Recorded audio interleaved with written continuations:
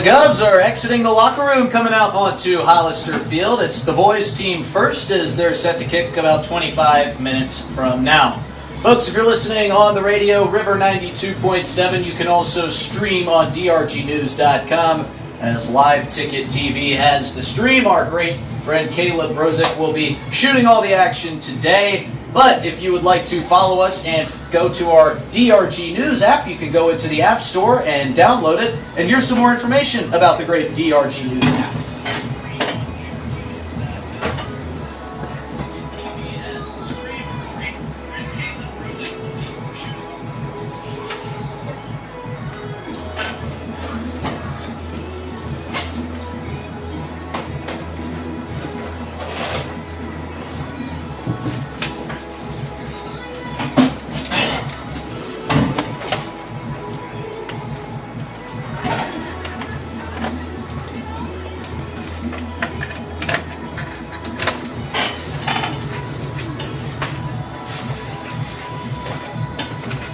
As we welcome you back here to Hollister Field, great looking day, sun shining down beautifully on the green grass as we get set for the doubleheader between the Pierre Govs and the Sturgis Scoopers. Folks, as you're making your way to Hollister Field, the South Dakota Office of Highway Safety reminds you that they celebrate being part of the team and reminds you to buckle up every trip, every time. Again, that's a word from our friends at the South Dakota Office of Highway Safety.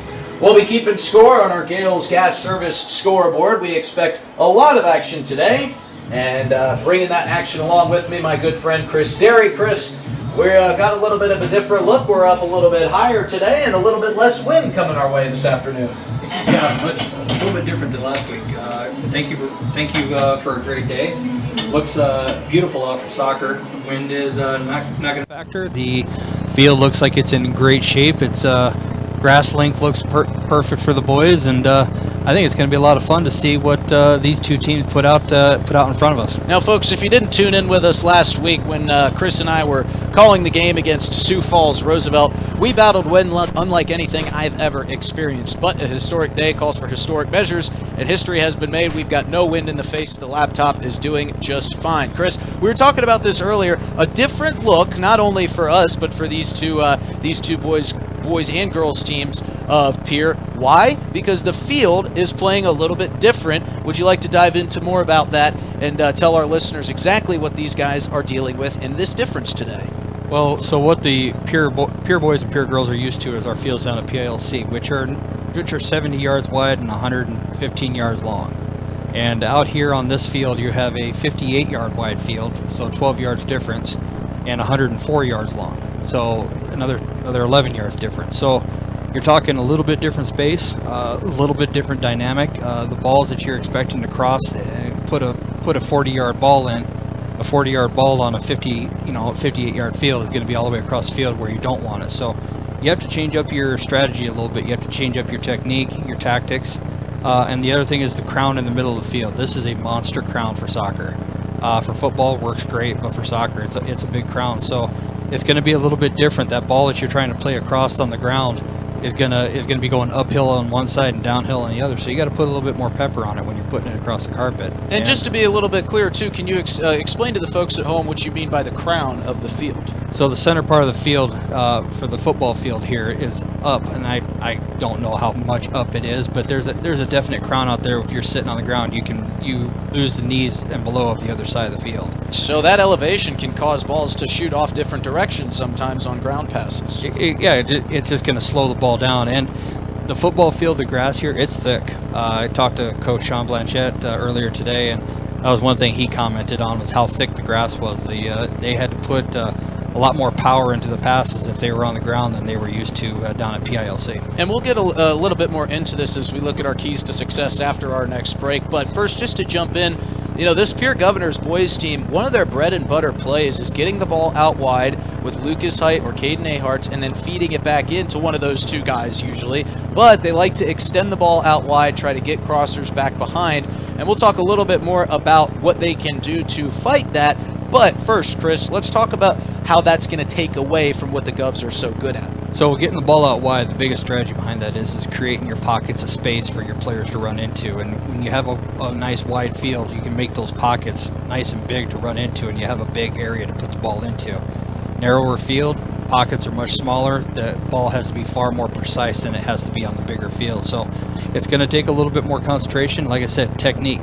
The technique of how you strike the ball, and I use the word texture all the time, but the way you texture the ball, are you bending it with the inside of your foot? Are you hitting it with the laces? Are you hitting it with the outside part of the foot? All those things are going to come into play when you're playing on a narrow field. And, we said this earlier in our pregame show that's always presented by Bank West, but we were also talking about how this actually plays in favor of Sturgis because they are used to playing on a field with this type of specs and these metrics. So let's talk a little bit about kind of a unique advantage that Sturgis has while still being on the road. That's like they're playing on an actual physical home field. Yeah, they play at Woodall Field in Sturgis, and it's a football field just like Hollister here, and they're used to that crown. They're used to that thick grass. They're used to the narrow field. And that's going to be an advantage for them. They're going to understand, the kind of soccer they want to play on it. And Sturgis, as it is traditionally a more straightforward type of team. They're not looking to get the ball wide. They're looking to get it forward. And on a narrow field, that's a big advantage if you're used to it. Well, we've got to take a quick break, but we've got so much more to come for you in this pregame show. We're about 20 minutes away from kickoff in the doubleheader that sets history here at Hollister Field. You're listening to Pierre Governors Soccer on River 92.7. Do you love watching high school sports but find yourself wanting to be more involved? Live Ticket TV has the solution for you. They're looking for production managers to assist for this school year. Duties include the management of equipment as well as a basic technological understanding. But don't stress, paid training will be provided. Part-time wages starting at $20 an hour. Call 833-605-LIVE, extension 3.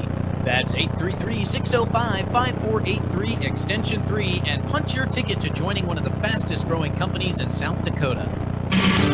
Chances are you're overlooking a big energy thief in your home or commercial building.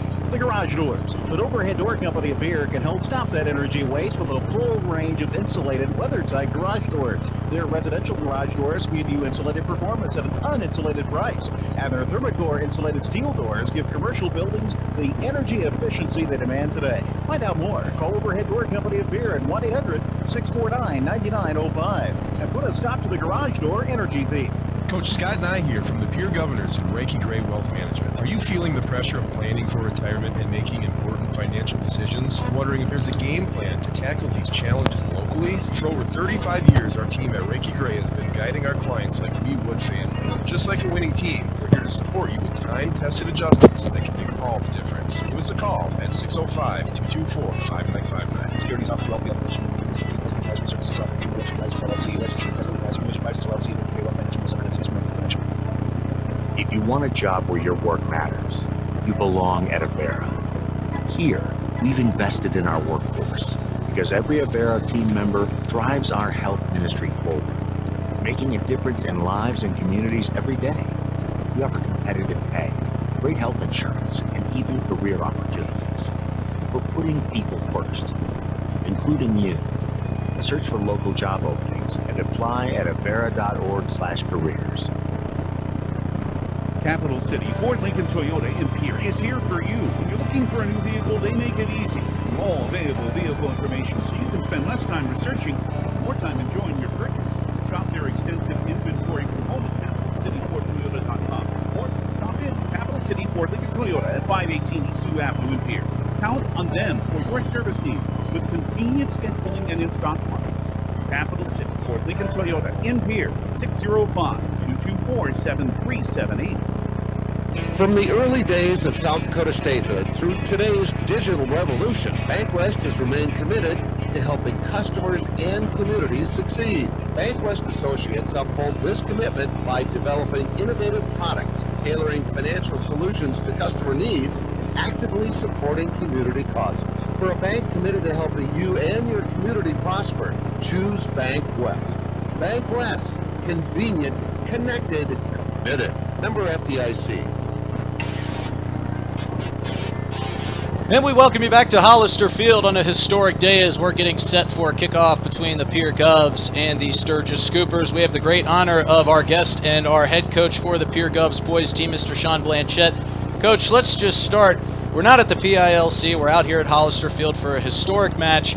How cool is this for your team to get to be able to play in a different environment with a little bit more fanfare, a little bit more stadium presence to it? Yeah, this is something the boys have really looked forward to. It also provides the fans a different perspective. When you're down at Pilk, you're playing or you're sitting at field level. When you can get up off the ground a little bit and have a different vantage point, the game just looks and you view it so much differently from there. But the boys, we've practiced here a couple nights this week, and they're excited to be here. They're excited to be able to have the opportunity to play in our home stadium. I think they're ready to go, and we hope we have a good crowd and we put together a good performance for them today. Absolutely, Coach, and I think we will have a great crowd on hand. We were talking earlier this week about kind of the new specs of this field, a little bit thicker grass, a little bit thinner field. How has your team been able to adjust to that as you've been out here practicing this week? Yeah, so, they did mow it again today. So the grass isn't quite as long as it was. That may slow the ball down a little bit, so we're just going to have to be a little more weight on the passes, be a little more crisp with them. We'd lost some width, so we're going to have to make sure that whatever width we have, we're maximizing to our advantage. That's been one of our strengths in our attack, is using that width. So we're just going to have to try to find the space and create the space where we can to play through. Highly unusual to have a 10-day break, and even maybe worse for this team, you guys seem to start hitting your stride. After a close loss to Aberdeen Central, you bounced back with a great win against Sioux Falls Roosevelt. You said you tried to keep your team's head in it, keep them competitive throughout the week. What have you done a little bit differently with practice, not to get things mundane and kind of running over themselves? Yeah, we just, we've obviously run some drill and we've trained, but we've also put them in, game situations where they can just open up and play. And I think that's just the free play component in training just allows them to go at full speed without a lot of direction and just lets them play. So they do a good job of pushing and competing against each other in practice to make it fun, but at the same time, they don't take it easy on one another. So everything leading up to today, this week, tells me that they're ready to put together a good performance today. And in saying that, I know that the big break, and now it's something that in soccer as coaches we hate seeing, and it's back-to-back games. But not only is it back-to-back, it's back-to-back Yep. in two different cities. And I know from my experience what that causes on the players. What have you done to try to help the players be ready for the what I would say a gauntlet of games here? Yeah, and they're going to be three pretty good games at the same time, and just really preparing them mentally. I'm going to do my best to manage time and manage minutes when I can. But it's similar to our weekend tournaments in the club system. You're playing 3 or 4 games in 2 days, and so our boys aren't necessarily unaccustomed to having to grind it out that way. You don't like to see that. You like a little recovery, but I think with our group, it's just going to be more mental than anything. We know they're going to be physically tired, but how can they push through in that second and third game? Coach, always thank you so much for your time. Best of luck. We look forward to seeing you guys out there when we do get started. Coach was kind enough to let us know that Sturgis running a little bit behind on schedule as they had a long trip in, so we might kick this game off a little bit later than usual. As always, folks, our keys to success are presented by our friends at Central Dakota Eye Care, and now a word from them. The key to success starts with vision. Hi, this is Dr. Matthew Blazek of Central Dakota Eye Care. Regular, yearly comprehensive eye exams are key in finding eye problems before symptoms appear. Call us today at 224-6128 and schedule an appointment. New patients are always welcome. The staff at Central Dakota Eye Care is proud of our area youth and support their high school activities. Best of luck in the game. Central Dakota Eye Care, 640 East Sioux Avenue in Pierre. Better vision for a great life. And folks, as we just said, expecting to get this thing kicked off. And you know what? It's like they're teasing us at this point, Chris. I'm looking forward to calling a game here at Hollister Field all week long. Historic match. First time the Pierre Govs, as a high school sanctioned team, are actually getting to play out here. And they're going to make us wait a little bit longer, folks. We'll be back in 2 minutes after this short break. We've still got a bunch of stuff to bring you guys, including starting lineups. We'll meet our starting officials, and we'll look ahead at the girls' game that follows the boys' game. You're listening to Pierre Governors Soccer on River 92.7. Do you dream?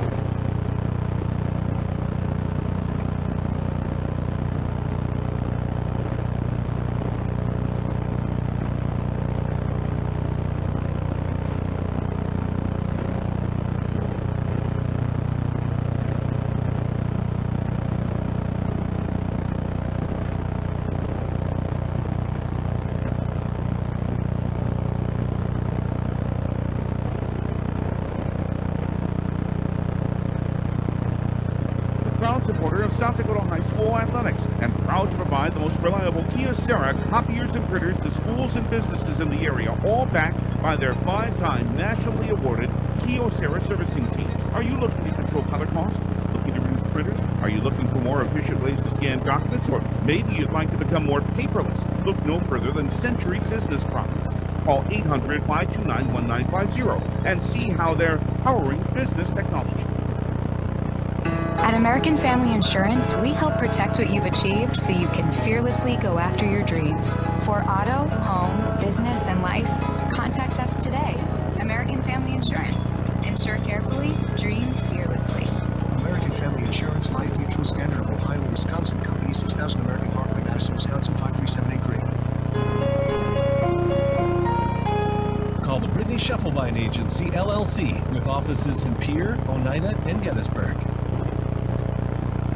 Smart grocery shopping takes a little bit of TLC. Dakota Mart in here is thrifty, local, and convenient. Shop Dakota Mart for the freshest produce, highest quality meats, and delicious bakery items.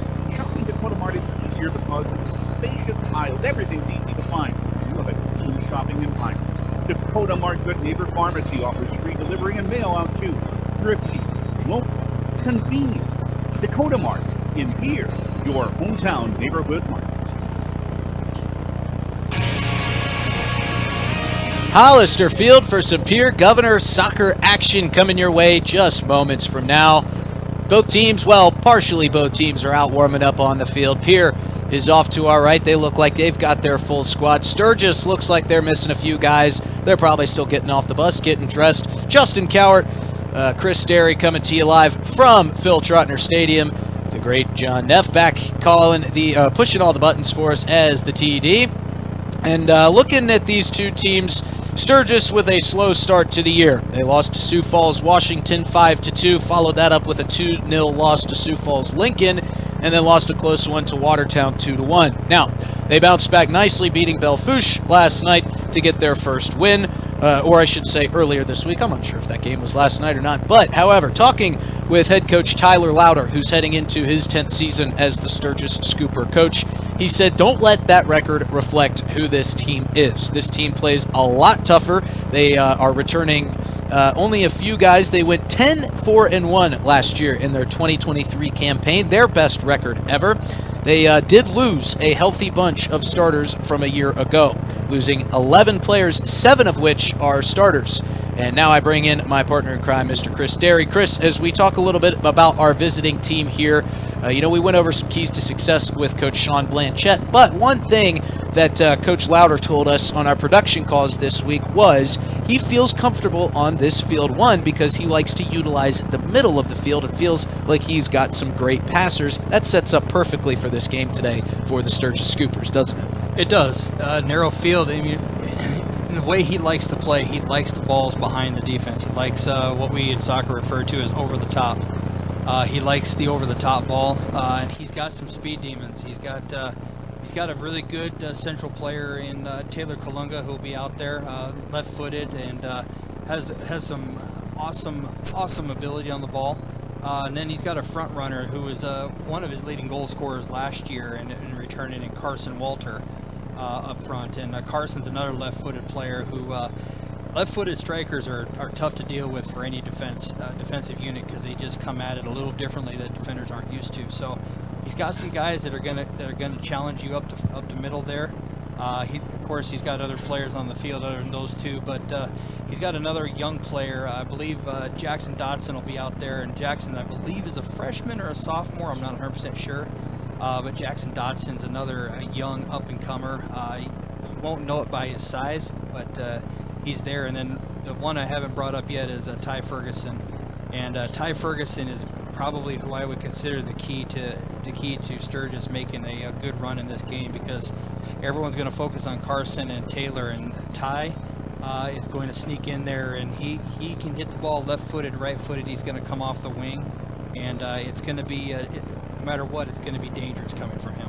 So we'll dive into those playmakers here in a moment, but first I'd like to introduce the teams. First, we'll start with our visiting Sturgis Brown Scoopers. We'll go to top to bottom here. Mason Bodigan, Dean Gebbe, Carson Wolter, Ty Ferguson, Taylor Kalunga, Brody Foster, Graydon Gloat, Kale Gloat. Christian Lemke is the goalkeeper between the pipes. Elliot Smith and Blake Jansen.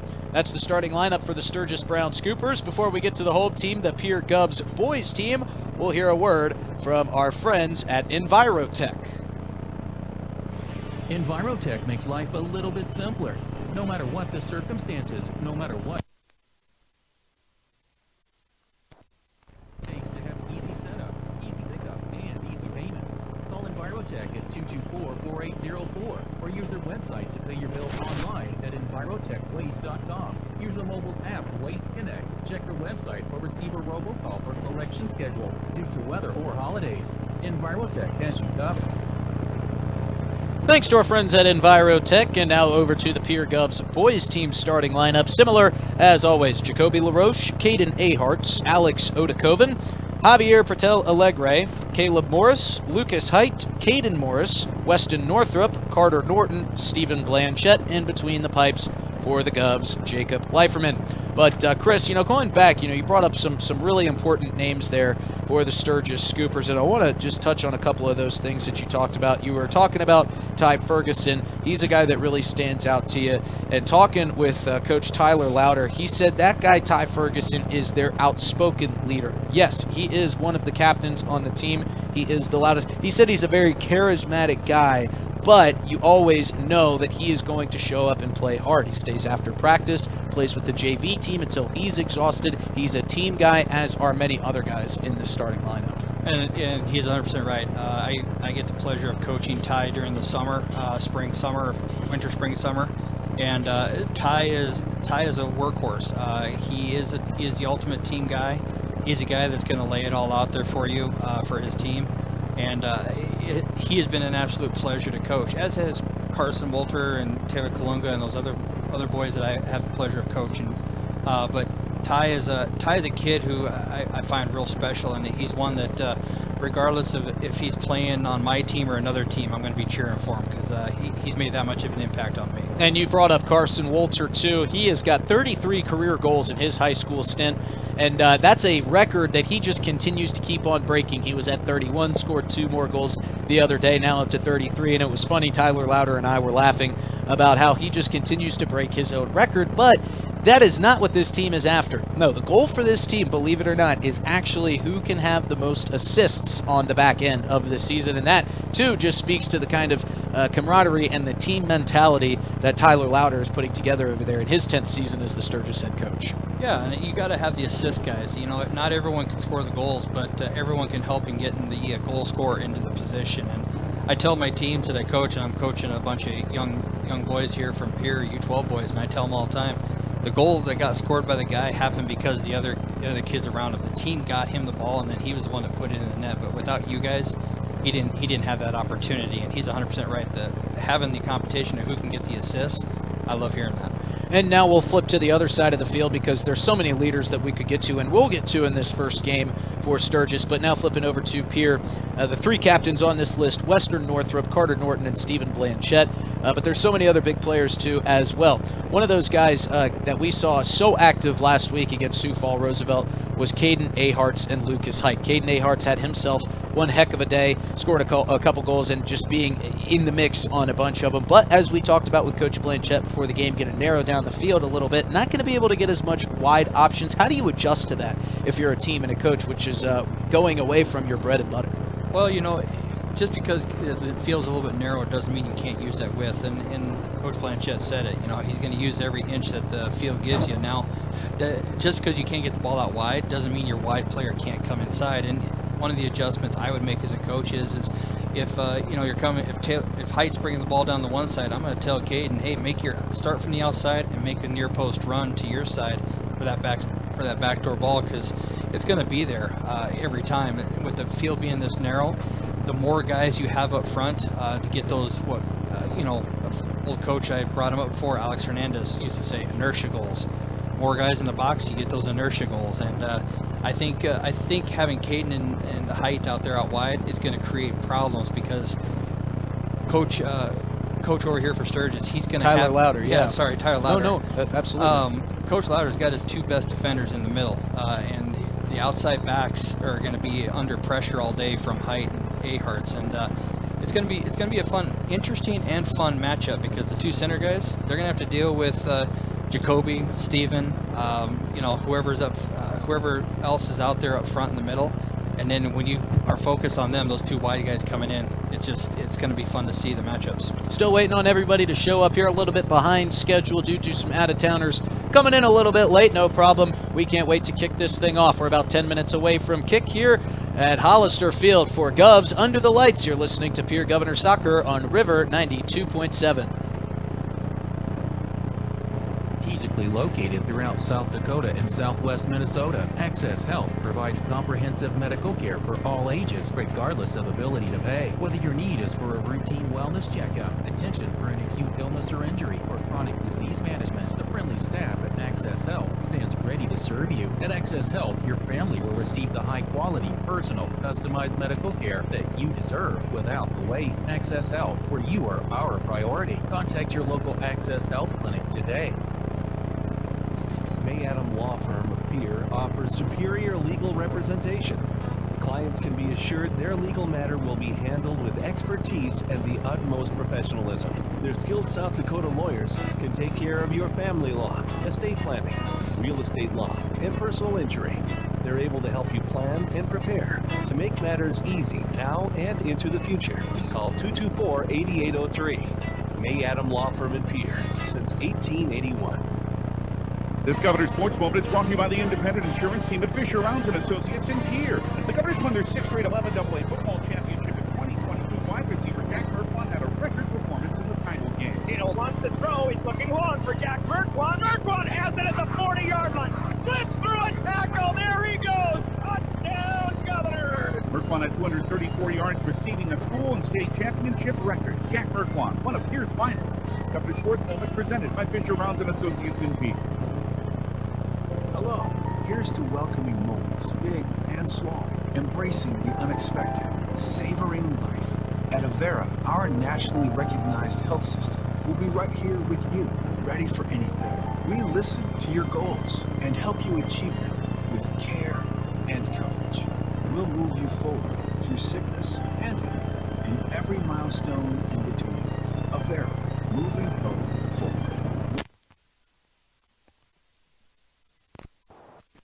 Your vehicle since 1980, TMA and Pierre has been serving central South Dakota for over 42 years. Owners Bruce and Brenda Lounsbury, owners of the Ultimate Tire Store, have been taking care of customers at TMA for over 30 years. TMA, your hometown-owned business, offers quality service and products. Tires, mufflers, alignments, oil changes, brakes. Call 605-224-6167. Open Monday through Saturday, 8 a.m. to 6 p.m. TMA, next to the Northridge Plaza in Pierre.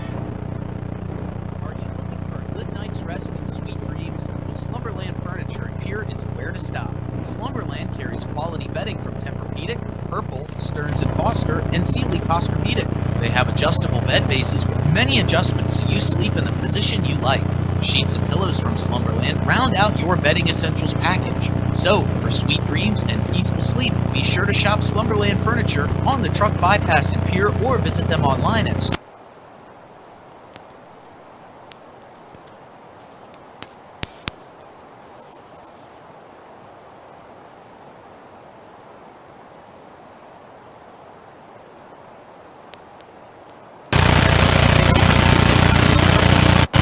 that broadcast booth. Contact us at drgnews.com or give us a call. We'd love to put your name on it up here.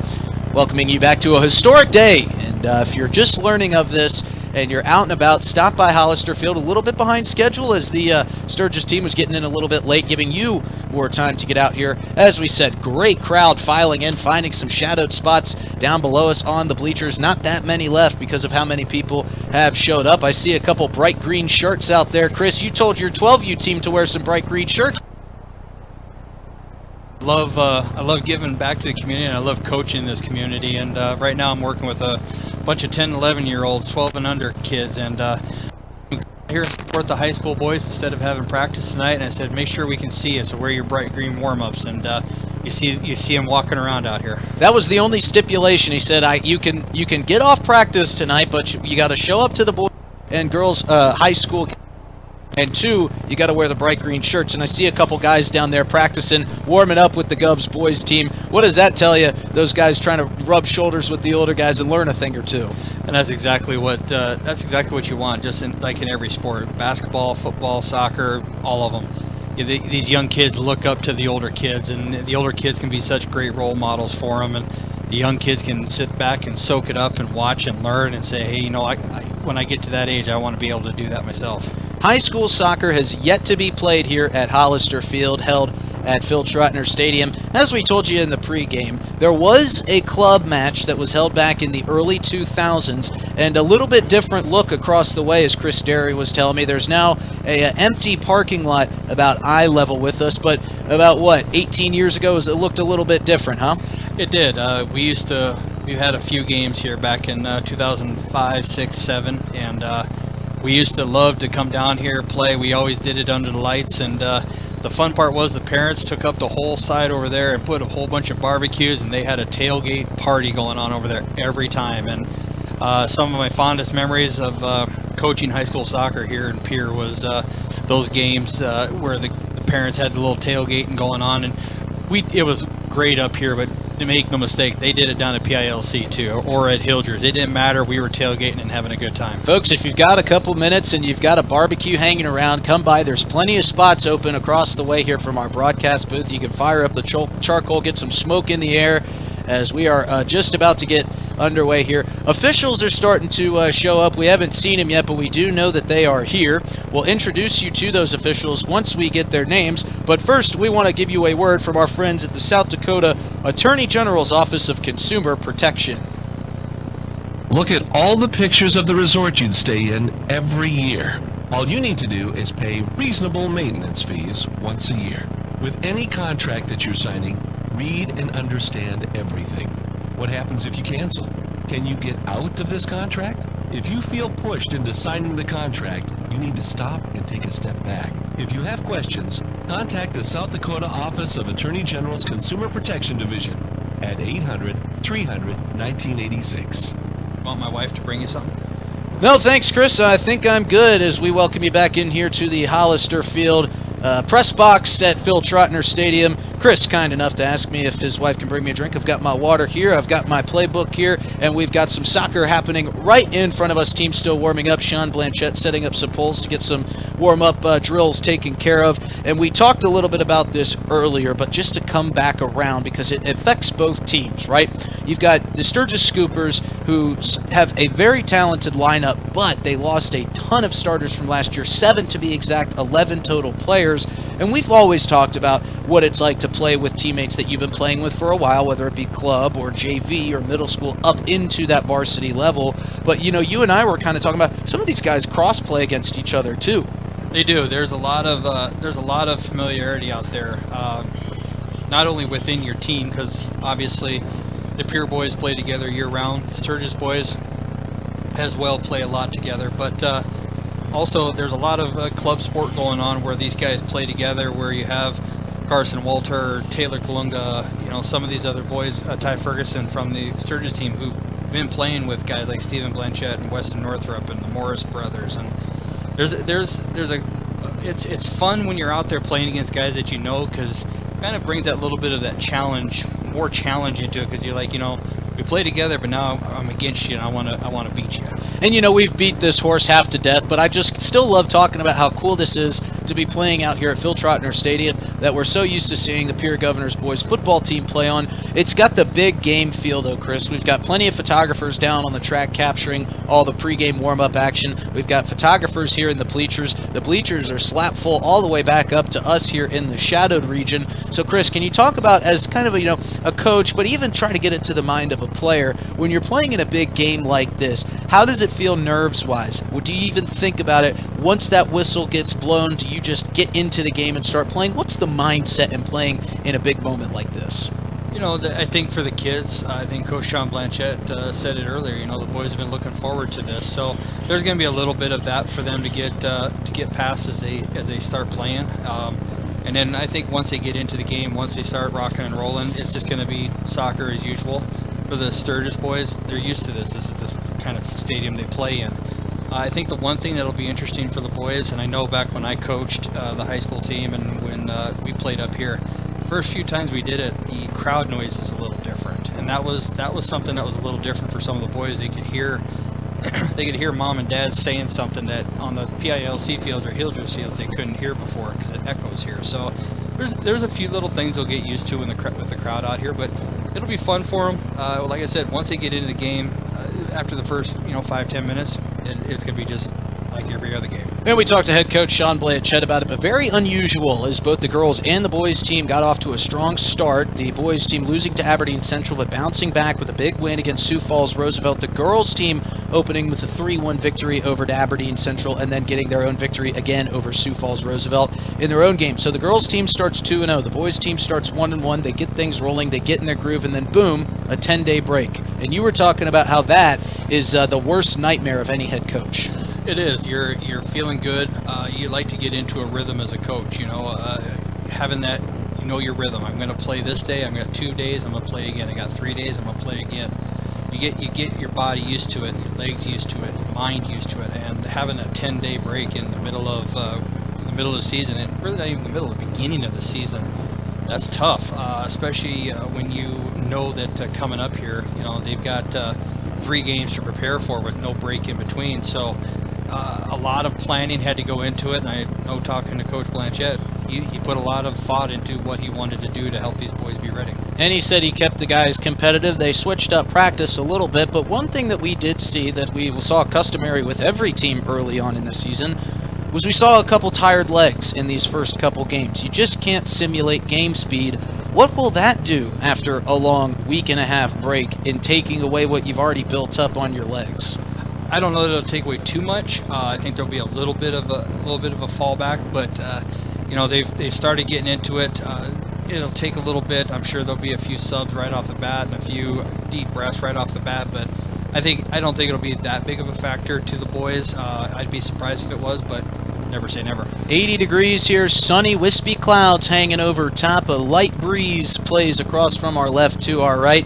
As we are still waiting to get kickoff underway, we see some jerseys being thrown on by our visiting Sturgis Scoopers, which means we should be close. We'll take a quick 2-minute break. We'll be right back after this. You're listening to Pierre Governors Soccer on River 92.7. American Bank and Trust is rewarding you just for opening a new checking account. Hi, this is Amy Parsons. Enjoy a $250 bonus with account opening from American Bank and Trust. American Bank and Trust offers totally free checking and competitive loan rates. We are more than a bank. We're your community cornerstone. Your aspirations guide us. Local ownership, swift decision, $26 million lending from South Dakota Community Bank. Open your new checking account today and receive a $250 bonus. American Bank and Trust, member FDIC. Fly anywhere from Pierre. Pierre Regional Airport offers nonstop flights from Pierre to Denver on Denver Air Connection. From there, you can fly anywhere. 1-hour flights on 50-passenger jets to Denver, connecting to your destination. Check your bags through on United, American, and Delta Airlines. Save travel time and money, avoid the crowds, and free parking when you fly from Pierre Regional Airport. Visit denverairconnection.com/Expedia to book your trip today. Skip the drive. Fly from Pierre Regional Airport. People helping people. Have you ever wondered what the benefits are of becoming a Owyhee Federal Credit Union member? At Owyhee Federal Credit Union, we reinvest profits in you. We do this in the form of lower interest rates, higher dividends, and low to no fees. So come check us out or come in at 221 East Pleasant Drive in Pierre, because at Owyhee Federal Credit Union, we treat our members like they own the place because, well, they do. Owyhee Federal Credit Union. The only local auto parts store in the Pierre Fort Pierre area, has been serving Central South Dakota for over 40 years. They're a trusted name when it comes to automotive parts and supplies. Their knowledgeable staff is dedicated to assisting you in finding exactly what you need. Convenience is also a top priority. They're located at 500 Sioux Avenue, Zander Auto Parts. They support area youth in their activities. When you need auto parts or supplies, shop Zander Auto Parts, your auto value parts store. Welcome back, everybody, to Hollister Field on a historic day as the Pierre Govs trot into the locker room for the final time before we kick off. Our officials have made it to the field, and we're moments away from kickoff, fingers crossed. We talked about the start of the season for, yes, the Pierre Govs, but also a little bit about Sturgis. They started off with 3 losses, got their first win against Belle Fourche. But we were talking about they were playing some very talented teams, and that is something that, Chris, you and I have talked about in depth, but it's important to us in our minds to play good teams early on in the season so that on the back end you're well prepared, you're in shape, and you're fit when you play opponents that can kind of get you ready for that playoff atmosphere and that playoff perspective as a team. Yeah, I mean, having the tough teams right up front, number one, gives you a bar, and a bar that to set your goal at. Okay, so we're not to that bar, so let's raise our bar. Oh, we played a better team. We're not to that bar. We need to raise our bar. And you know, it's a great thing to have. It gives you a good idea where you need to get to. Because let's be real, at the beginning of the season, it's not about how you're playing. At the beginning of the season, it's about getting to where you want to play. And by the end of the season, you want to be in full stride. You want to make one of those top 16 spots so you can get into the playoffs. And then from there, it's anybody's game. And having that ability to play those tough teams gives you the great opportunity to be ready. And we do have a doubleheader on our hands, so why don't we look ahead to the girls' game happening after we get concluded with our first game, the boys' game here early. Pierre starting out 2-0, as we said, great win in weeks 1 and 2. They also had that 10-day break. We talked with head coach Kira Swenson. She said there was a ton of things that they had to do differently to try to keep their team involved, one of which was yoga that she said that she had her team doing. And funnily enough, when I was talking to head coach Tyler Louder of the Sturgis team, he said that he was doing the same thing with his team, getting them in some yoga work and doing things a little bit differently. So interesting breaks between the two, but back to the girls' game as we look ahead to that second game of our doubleheader in prime time as the girls get started. The Sturgis Scoopers girls team travels in under first-year head coach, who is also a 20-year Navy vet, and he operates his team the same way. Very strict, regimented, but he also wants them to have fun. And he said there was a massive change in mindset because they played 2 great teams as well early on in their season, playing Sioux Falls, Washington, and Sioux Falls, Lincoln. Talking about that girls team of Sioux Falls, Lincoln, their head coach told me, he said, look, they had one of the best keepers that I think we've ever seen. And he said if you're not voting for that Lincoln keeper as an all-state player, then you are insane. She played amazing. He said that she made some saves that was just astounding. Now, the Sturgis girls team may have their hands full a little bit because this Govs girls team has so much talent and so much speed, mainly on the defensive end, and we've gotten very used to seeing Allie Hutchinson all over the field for this Govs team. Absolutely, and speed is something that Pierre has in spades. I mean, there's a ton of speed from the defense to the wings to up front, and in playing this team, that's one of their strong suits, and I think that's going to be a dangerous component for them for any team that they play. And Sturgis played against Lincoln, and he's right. The Lincoln keeper is a very good keeper. Seen her play a lot of club soccer, and I think what he saw in the keeper, he's going to see in Allie Hutchison and go. By the end of this game, he's going to go, that girl was everywhere. I don't know how you get past her. And he had a plan for this season is this Sturgis girls team. Like I said, they'll be playing the second half of this doubleheader, but this Sturgis girls team, you know, they got into a very tough part of their first half of the season. He called it the gauntlet. His goal was to get 2 wins out of their first 6 games and then try to win 4 on the back end. How difficult is it to keep a team focused when you're playing tough teams, not necessarily getting wins in the early half of the season, to keep their heads in it to try to make a playoff push towards the back end of the season when things maybe get a little bit easier? It's tough. It's a very tough thing to do, and the kids have to have full buy-in. And as a coach, you know, getting your team to buy into what you're trying to sell, that's a tough thing, especially when you're starting off with those losses that they've had against the tough teams. And I think what probably will help them is when the girls look back and they see the standings and they say, hey, we really did play some tough teams, and you know, we felt like we could have played them a little bit better with a little bit more practice. You know, as a coach, that's probably the way he's going to sell it. And if I was coaching, that's what I would do. And folks, you're hearing a masterclass in filling airtime right here between myself and Chris Derry. We were supposed to have kickoff about 20 minutes ago. We're still waiting. for both teams to take the field. We've got some anxious listeners. I can tell you that. We're getting messages from all over the country. We've got 2 listeners in Atlanta, Connor Feeney and Burton Delaney, say, we want some soccer. Can we get this thing underway? We've got a historic setup here at Hollister Field. We can't wait to get it underway for you. We've got the clock counting down. We're under 10 minutes away from kickoff. We're going to take a short 3-minute break. When we come back, we've got soccer for you on River 92.7.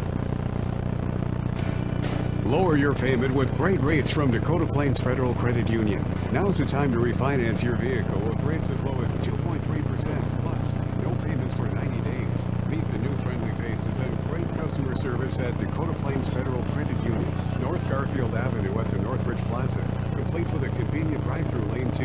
Dakota Plains Federal Credit Union, member NCUA. We're small enough to know your name, but we're big on you. For reliable, safe, efficient, and economical electrical work, call Ferding Electric. Ferding Electric staffs licensed, knowledgeable electricians to help you with all your electrical projects. New construction, rewires, or upgrades, residential or commercial, Ferding Electric knows how to get the job done right. Call Ferding Electric at 224-8684. Stop in at 2903 East Elizabeth, just off the truck bypass. See Ferding.com or find them on Facebook. Ferding Electric, licensed electricians, quality service, and dependable products since 1956. When you need building supplies, there's no need to go anywhere except to Bauman Lumber in Fort Pierre.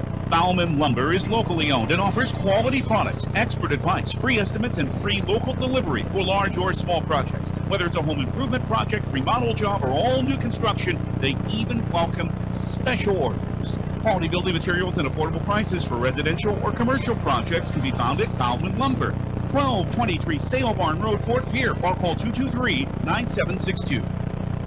Health, happiness, and home. Hi, this is Tara Sunshine of Kathy Sunshine Properties.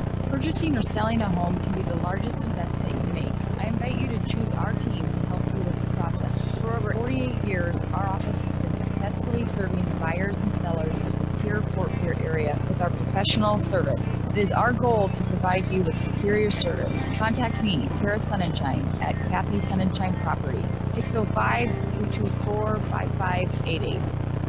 Breakfast and lunch are back at Ramcota's River Run Restaurant in addition to delicious evening dining Tuesday through Saturday from 5 to 9 p.m. Cooked to perfection, hand-cut steaks, delicious seafood, pastas, burgers, and more. River Run Restaurant and Bar inside the Ramcota. Come discover the great food and atmosphere with great menu options. You have dining choices. Make the River Run Restaurant the top of your priority list. Get hooked at the River Run Restaurant inside the Ramcota. A wonderful dining experience for breakfast, lunch, and dinner. Comtech has your technology solution. Check out their showroom in Pierre, located conveniently behind Walmart, and see what you have been missing. There's a large selection of TVs, sound systems, and smart speakers, PCs, desktops, and tablets, home and business security and telecommunications systems. Comtech is your all-in-one solution for any technology needs. They wish the Pierre Governors best of luck at Comtech. Come see what you have been missing.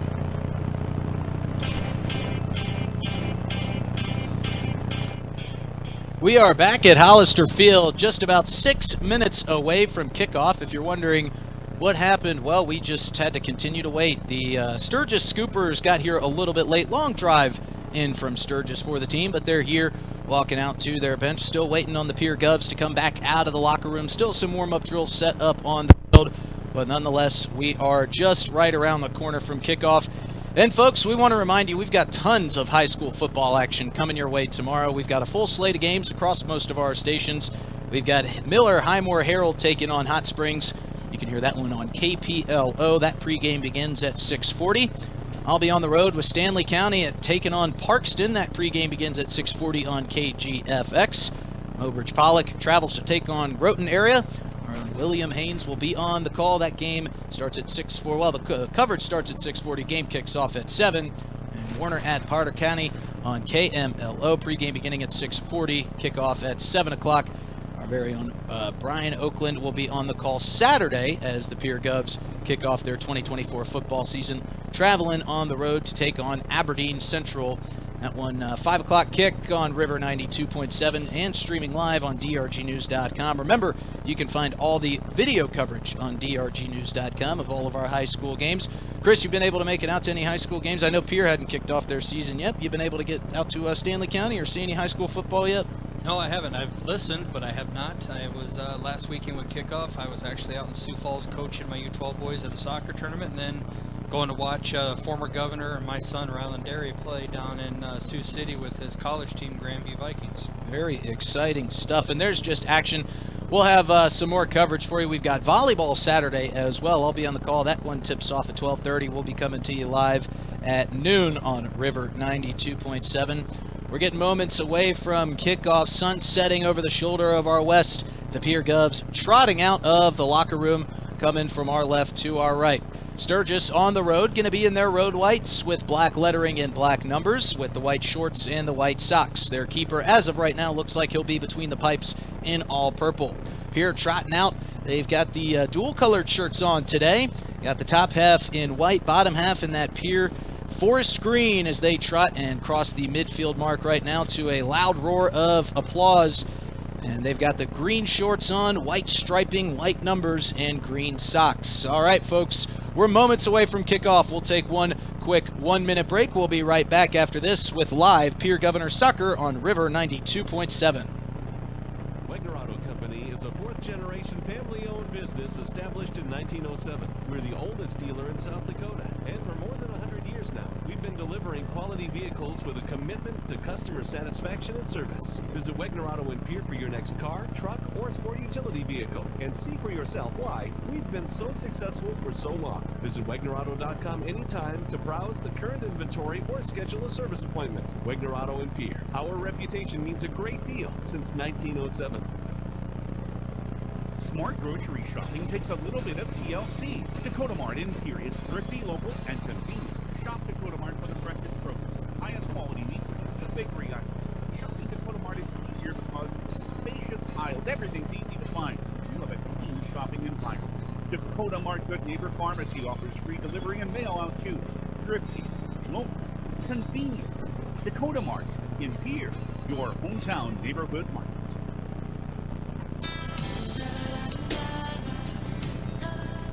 An hour-long pregame show for a historic game here at Hollister Field. You couldn't have scripted it any better, Chris. Justin Coward alongside Chris Derry, John Neff back in the booth, punching all the buttons, doing all the hard work for us here tonight.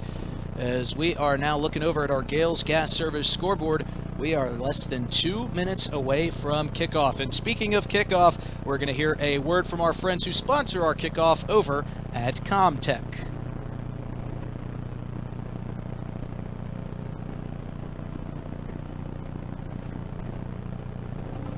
Comtech has your technology solutions. Check out their showroom located right off the truck route on Irwin Street. Come in and see what you've been missing. A large selection of TVs, sound systems, and smart speakers, PCs, desktops, and tablets, home and business security and telecommunication systems. Comtech is your all-in-one solution for any technology needs. Wishing all athletes the best of luck in today's competition. Comtech. Come see what you've been missing. And folks, when I say our friend John Neff back in the booth is doing all the hard work, I really mean it. We've had to throw some crazy commercial breaks at him. I'm throwing ads at him left and right. He's fielding them cleanly like Austin Riley at third base, when he's got a healthy hand, that is.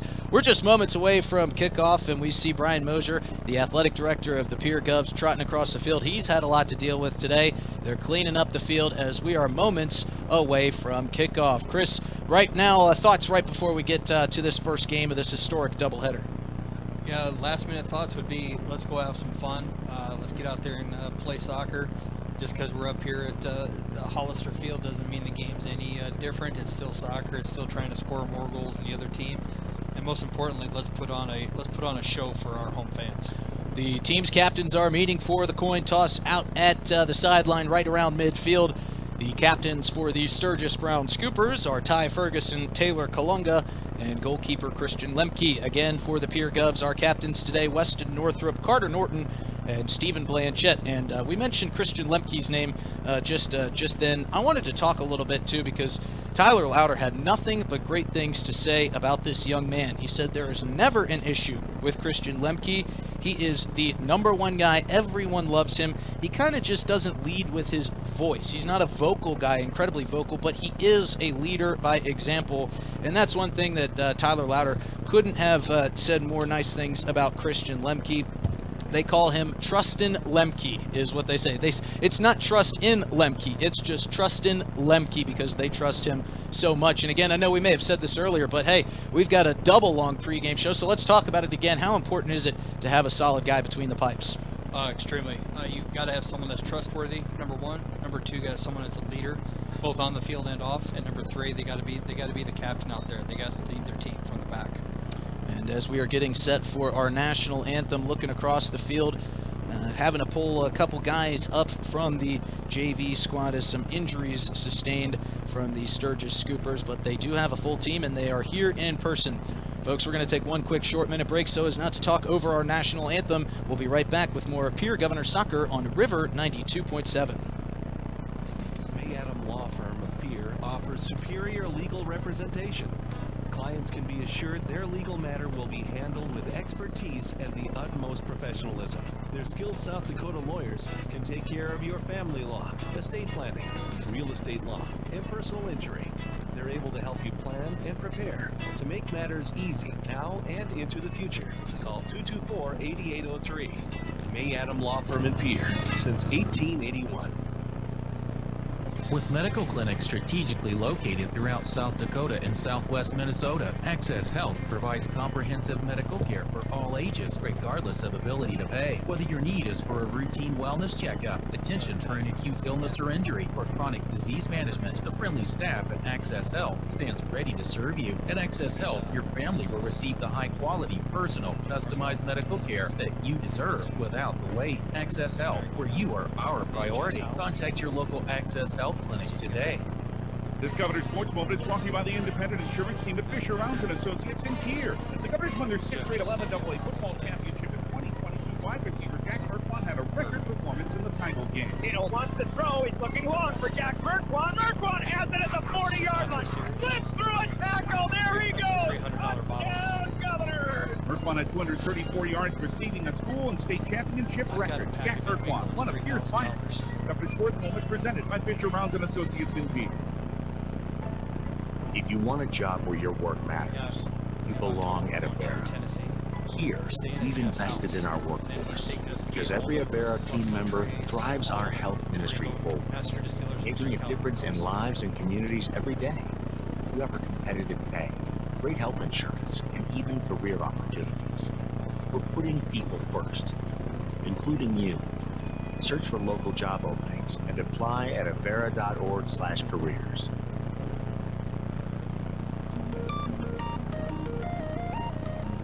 Starting lineups being read here at Hollister Field inside Phil Trotner Stadium. Again, we'll give you our starting lineups as it feels like decades ago the last time we read them.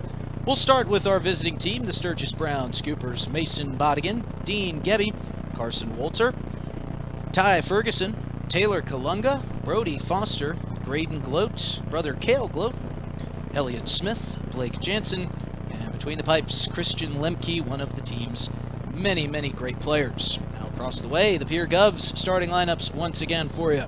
Jacoby LaRoche, Caden Aharts, Alex Odakoven, Javier Patel Alegre, Caleb Morris, Lucas Height, Caden Morris, brother of Caleb, Weston Northrup, Carter Norton, Stephen Blanchett, and playing goalkeeper today for the Govs, as always, Mr. Jacob Leiferman. Pierre Govs, again, in their home greens. They've shed off the practice warm-up jerseys, and they've got their home green jerseys. The kit is green on top with the white letters and numbering, along with white stripes down the side of their forest green shorts. Some green socks for the Govs, and on the other side of them in all white today, the Sturgis Scoopers wearing the tops, white bottoms with the white socks and the black lettering to go along with their kits today. We're getting set. We're moments away here from kickoff. A great crowd on hand again. Some students over off to our left. It looks like some of the Oahe Caps players are over here. It's nice and breezy, but nowhere near cool enough to be wearing a hockey sweater today. So props to those guys showing their school pride. As we said, great crowd below. I mean, looking down below us, it's almost full here at Phil Trotner Stadium as we get set for doubleheader action on Hollister Field. Now just kind of going back through some of our pregame stuff, we'll mention today's captains again for the Sturgis Scoopers: Ty Ferguson, Taylor Kalunga, and Christian Lemke. The captains for this Pierre Govs team: Weston Northrup, Carter Norton, and Stephen Blanchette.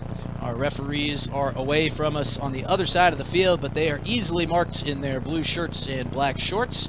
Again, weather is gorgeous today here in Pierre, South Dakota. Wispy clouds hang over top, blue skies right behind them. Sun is setting off to our left, and it's casting a beautiful sunlight over the green grass here. The football line's still on the field. As we mentioned, the Pierre Govs football team gets their season kicked off and underway this Saturday. Brian Oakland will be on the call. That game kicks off at 5 o'clock Central. Pregame begins at 4:30. If it's anything like our pregame here, it'll probably begin at 2 o'clock in the afternoon as we get set. Looking over here to the right, too, right up against Hyde Field. And Chris, you know, I know you haven't been able to get to many high school football games this year. You've been able to get down to any Zap games as their season wrapped up a couple weeks ago. You know what? I did not. I'm not a big baseball fan. I have a lot of my family members who are. I followed them a little bit, but my weekends are generally out of town with soccer somewhere. And when I'm not out of town with soccer, I'm out of town usually with family, so I don't get to do much. And during the week, obviously, it's work and work and work. Under the shadow of the Capitol, the American flag blowing calmly in the wind as our nation's anthem is being sung. Everybody hand over hearts, hats off, faced towards our flag in our west end zone. Again, folks, if you're just joining us, smaller field than the Pierre Govs are used to here today. Minimum requirement of the size of the width of the field, 55 yards. This field playing at 57 yards. The one over at the PILC, much wider, which was giving the Govs their opportunity to get the ball out wide, bring players back in behind, like Alex Odakoven, Caden Aharts, and Lucas Height did so well. As we look at what this Sturgis Scooper team needs to do, as we mentioned earlier, this team is not centered around goals. They are worried about getting assists. They have an award and a reward at the end of the season for the player that leads with the most assists. I told head coach Tyler Louder, when you guys scored today, I'm not looking at the goal scorer. I want to see who got the assist. He said it seems like their bench almost gets more excited about the assist than everything else. One great thing, too, I think that Tyler Louder does with this Sturgis Scooper team is he's not so much worried about how his team looks on the field. He more cares about how his team looks off the field. He is worried about building better men so they can face tough things in life and they can deal with them head up. Both teams are trotting out onto the field. We've got the Pierre Govs huddled up to our left, the Sturgis Scoopers huddled up to our right, as we are moments away from kicking off. We've got music playing, we've got pictures being taken. It's history being made here at Phil Trotner Stadium. We are more than excited to be bringing you live Pierre Governors soccer here at Hollister Field on River 92.7. The boys team is spreading out to our left. The Govs will go from left to right. Sturgis will attack from right to left. The Scoopers break the huddle. Goalkeeper Christian Lemke heads back towards his post, placing the ball down right at midfield, and getting ready to go is Alex Odakoven. We're spreading out. Referees are taking their positions. The Gales Gas Service scoreboard reads 40 minutes. We are set, and at long last, as we get the count on from our referee, making sure that every team has the right number of guys out there. That would be a tough start to this long-awaited match. But without further ado, waiting patiently, waiting on the edge of our seats, we are underway at Hollister Field for the Govs under the lights. Ball played back, brought over to this side for Carter Norton. Interesting to see how the Govs try to attack here. Thicker grass on this field, thinner field for them as that one's deflected out of play far side. Ball will be retained by the Govs. Javier Pertel Alegre is over there with Weston Northrup. Pertel Alegre going to throw this one in. How much patience do you expect out of this Govs team here early as a pass comes across the way but is picked up by Dean Gebby. Now Dean Gebby trying to put a shot on goal, far side post, just wide. Beautiful shot from Gebby, almost caught Leiferman off guard there. A beautiful shot that just went a little bit wide. Yeah, a little bit of a mistake there in the back. Caden Morris with a bad touch, and Dean Gebby tried to take advantage of it. So just need to clean that touch up, but otherwise, just need to knock the ball around, get a little rhythm. Ball here controlled by the Scoopers. Battle for it. Played away by Caleb Morris. Now played up to Pertel Allegre from his man Weston Northrop. Now bringing it up the far sideline. Still with it now. Lucas Height tries to get it back to Allegre. That ball's bounced around. Ball inside the Sturgis defensive zone now.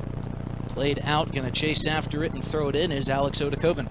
And right there you saw the narrow field, the congestion right there. That's what both teams are going to have to figure out on this field right now is the spacing issue. A little bit of a miss kick defensively here. Going to be picked back up and brought near side. That's Caden Ahart's now trying to turn the corner with it. Gets it down inside the zone. Still working with the ball. Near side along. Passed it front. Oh, right off the shin of Alex Odakoven. Right into the hands of Christian Lemke. Early scoring opportunity for the Govs. Great job by Caden Ahart. Broke down his guy on the outside. Took it to the end line. Crossed it back to the top of the 6 where Odakoven was sitting. And just a little bit of a miss hit. But that happens again. I expect Alex is going to put the ball in the back of the net. Even with the narrow field, Caden Ahart still able to turn the corner and get inside. This ball right now at midfield, contained by the Scoopers. Now played ahead and looking for his man, but just a little bit out in front. This is going to be thrown in now by Blake Jansen of the Scoopers. Crossed in the middle now. Dean Gebby again puts a shot, but just rolls harmlessly to our side of the left of the goal. Liferman watches that one run off to the track, gets a new ball, and he'll wait patiently to set this one up for the Govs. Yeah, interesting shot by Dean Gebby. I think trying to test out if the keeper's paying attention by taking a shot from distance and maybe try to sneak one through. And also maybe just trying to get in the rhythm of things here offensively, put a little pressure on Pierre. He still control the ball, trying to find it through the middle, and does so nicely. Caleb Morris now feeding it up. Northrop caught a little bit. It was actually Norton caught a little bit off guard, but able to play it. Flag in the air. Looks like a handball. Inadvertent, but will go to the Scoopers. Yep, inadvertent handball, but gave him an advantage, which is why the referee blew his whistle there. All going to be played ahead now.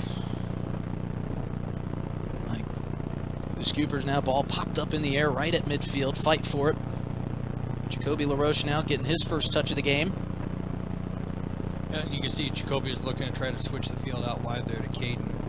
They still want to get the ball out wide, even though it's a little bit narrower field. Mason Brodigan now trying to get through and made contact there with Caleb Morris. He checked and turned around to make sure he was all right. Morris might have gotten an inadvertent knee down there to the lower half of his leg. Up limping a little bit, but still trotting around. This ball thrown in deep, going to be popped way up into the air by Weston Northrop, over to the near side, but through the legs of Caden Ahart, and that'll go back to Sturgis. Thrown in here by Elliott Smith.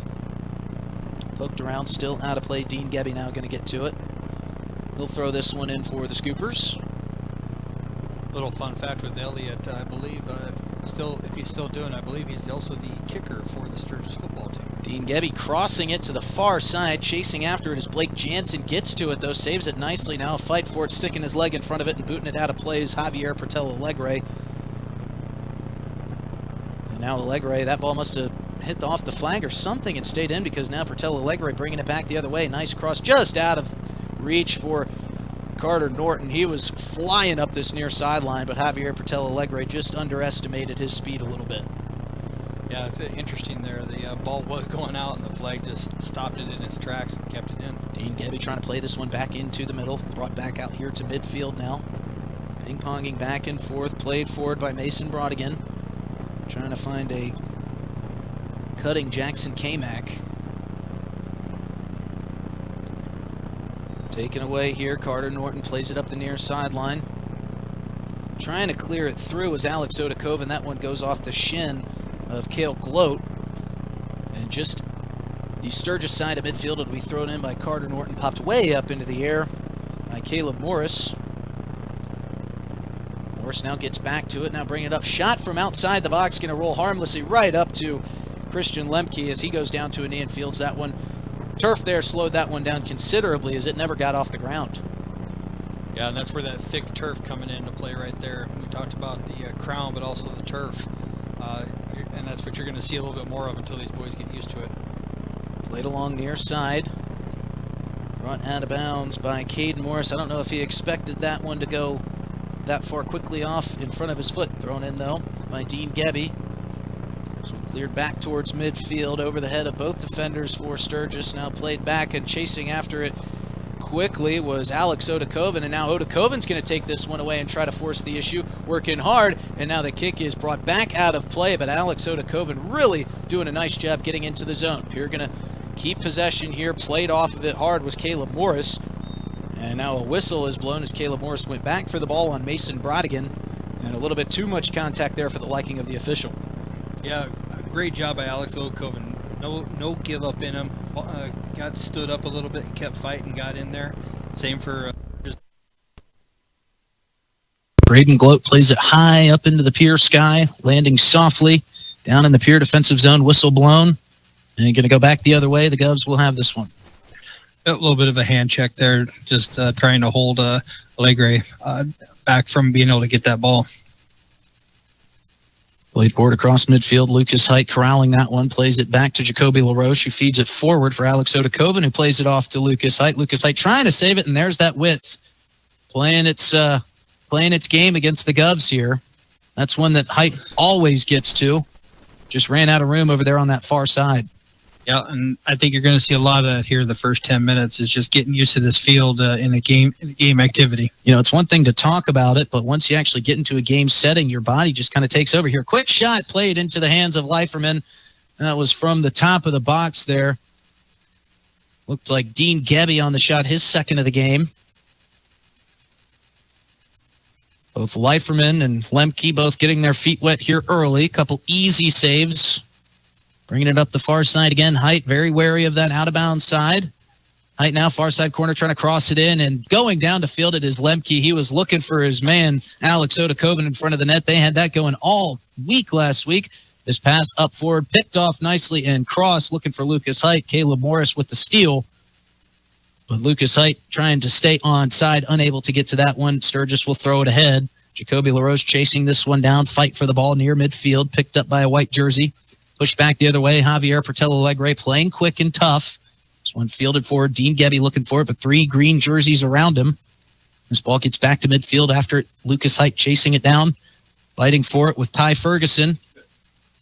And that's going to be an interesting matchup there, Ty Ferguson. If he continues to get out wide and mark up on Lucas Height, that's going to be a fun matchup to watch this game. Beautiful volley played earlier there by Caleb Morris. Unable to get it out. That won't show up on the stat sheet. That's just pure talent right there. Tried to be cleared by Sturgis. It was Brody Foster trying to get it out of the zone right into the chest of Lucas Height.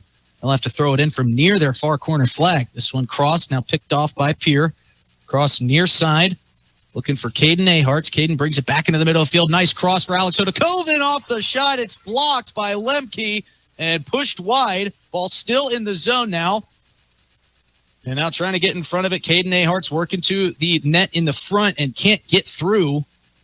This one cleared out by Sturgis. Wow, another great scoring opportunity here by Alex Odakoven and Caden Aharts. Yeah, Caden gave a beautiful ball, split the two center defenders and put it into space between the center backs and the keeper, which is a beautiful spot to put the ball, let your guy run onto it, and unfortunately just couldn't put the ball back in the back of the net. A lot of bodies up front here, too, for the Govs as they're pushing the envelope offensively. Here comes Jacoby LaRoche crossing it inside for Caleb Morris.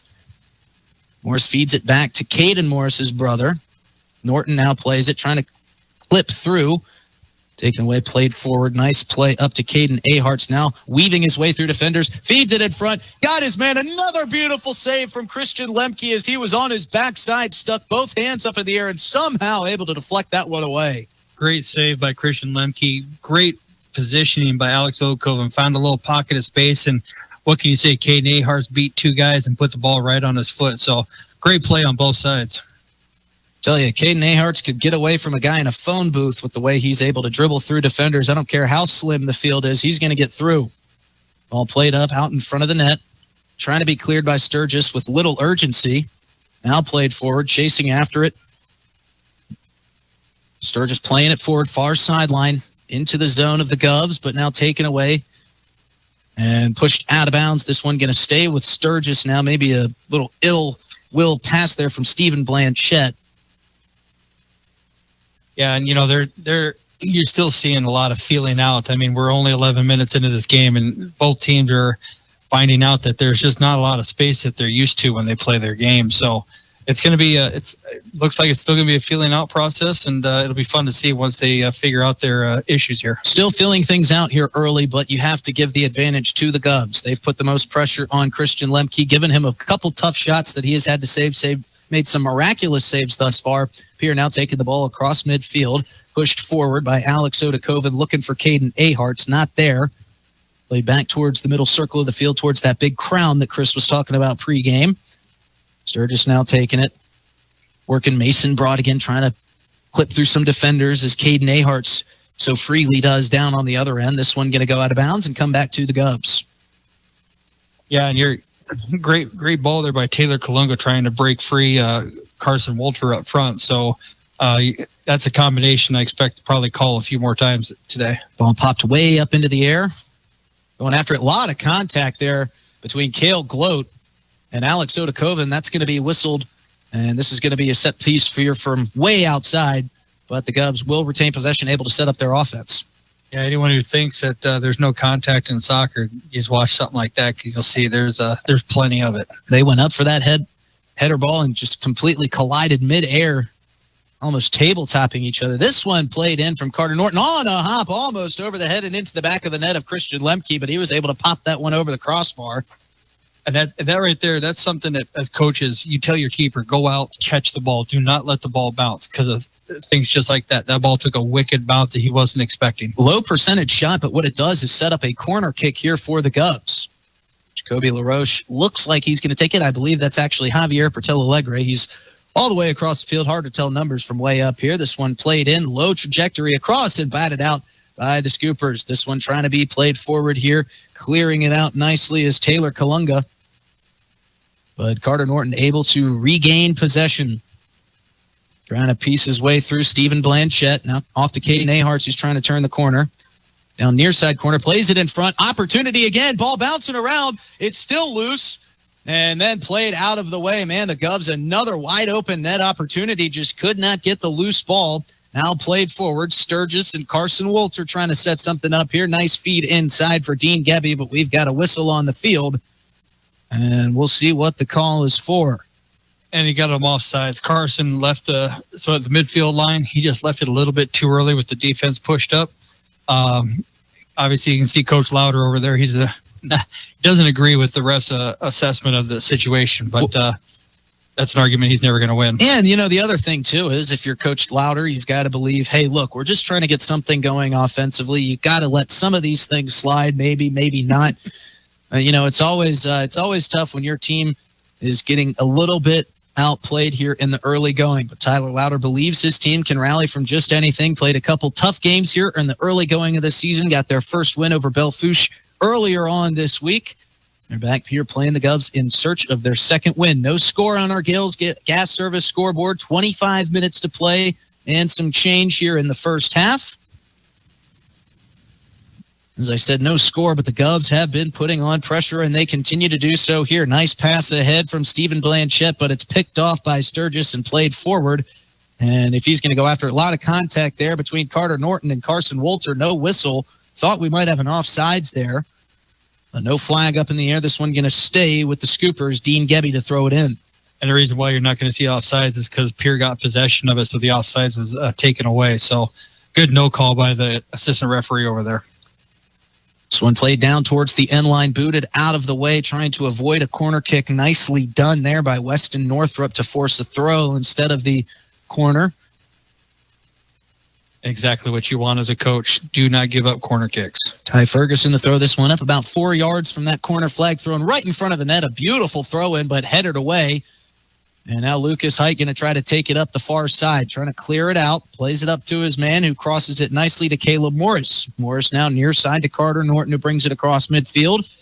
Wanting to get it far side Chris Derry pointing as much as he can that way, trying to find his man. Now he crosses it near side. Almost a goal. It was Alex Odakoven in front of a wide open net. He can't believe it. Right through the scissors there. Yeah, and that's what I was pointing at as we're watching here, and I'm glad no one can see me up here in the stands. But Alex Odakoven was making a beautiful run. Governors did a great job switching the ball all the way across the field, and when you do that, a lot of times the team will track.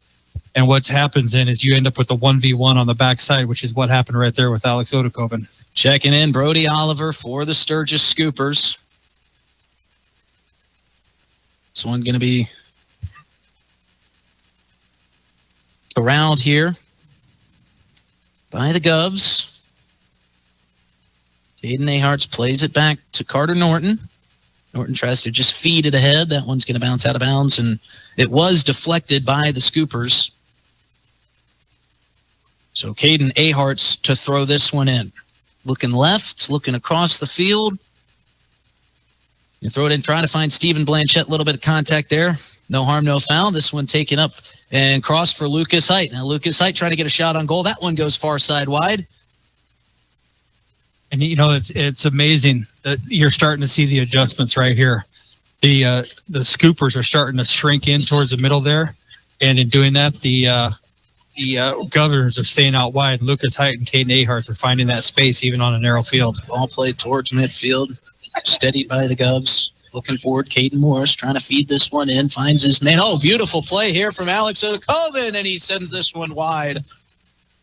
Played it beautifully off the left foot as that pass came in. That's one of the toughest plays in soccer to make right there, especially on a windy field. That was a great first touch that Alex did to settle the ball right in front of him there, and unfortunately just didn't get the final product and the reward for his efforts. Christian Lemke plays this one forward now, coming in hard. Carson Wolter, very hard that is. Now he brings it back out of harm's way, back towards midfield. Going to be played forward by Elliott Smith, far side chasing after it is Troy Wolter, brother of Carson Wolter. And talking to Tyler Louder before this game, Troy has showed a lot of promise, and it makes a lot of sense as his brother has 33 career goals and continues to break that record. Yeah, and I can tell you Troy has all of the talent that his brother has, and I think it's going to be fun to watch. I have a feeling by the time it's all done, you're going to see Carson and Troy at the top of the all-time list for goals for Sturgis. If you're just joining us, we've got 21 minutes and 40 seconds left in the first half as this one's played up the sideline near side. Playing for it, Caden Aharts trying to get in front of the net, crosses, but he's run out of play. And again, maybe that new field playing a little bit of tricks on the mind of these Pierre Govs, not used to playing on this slim of a soccer pitch. And short.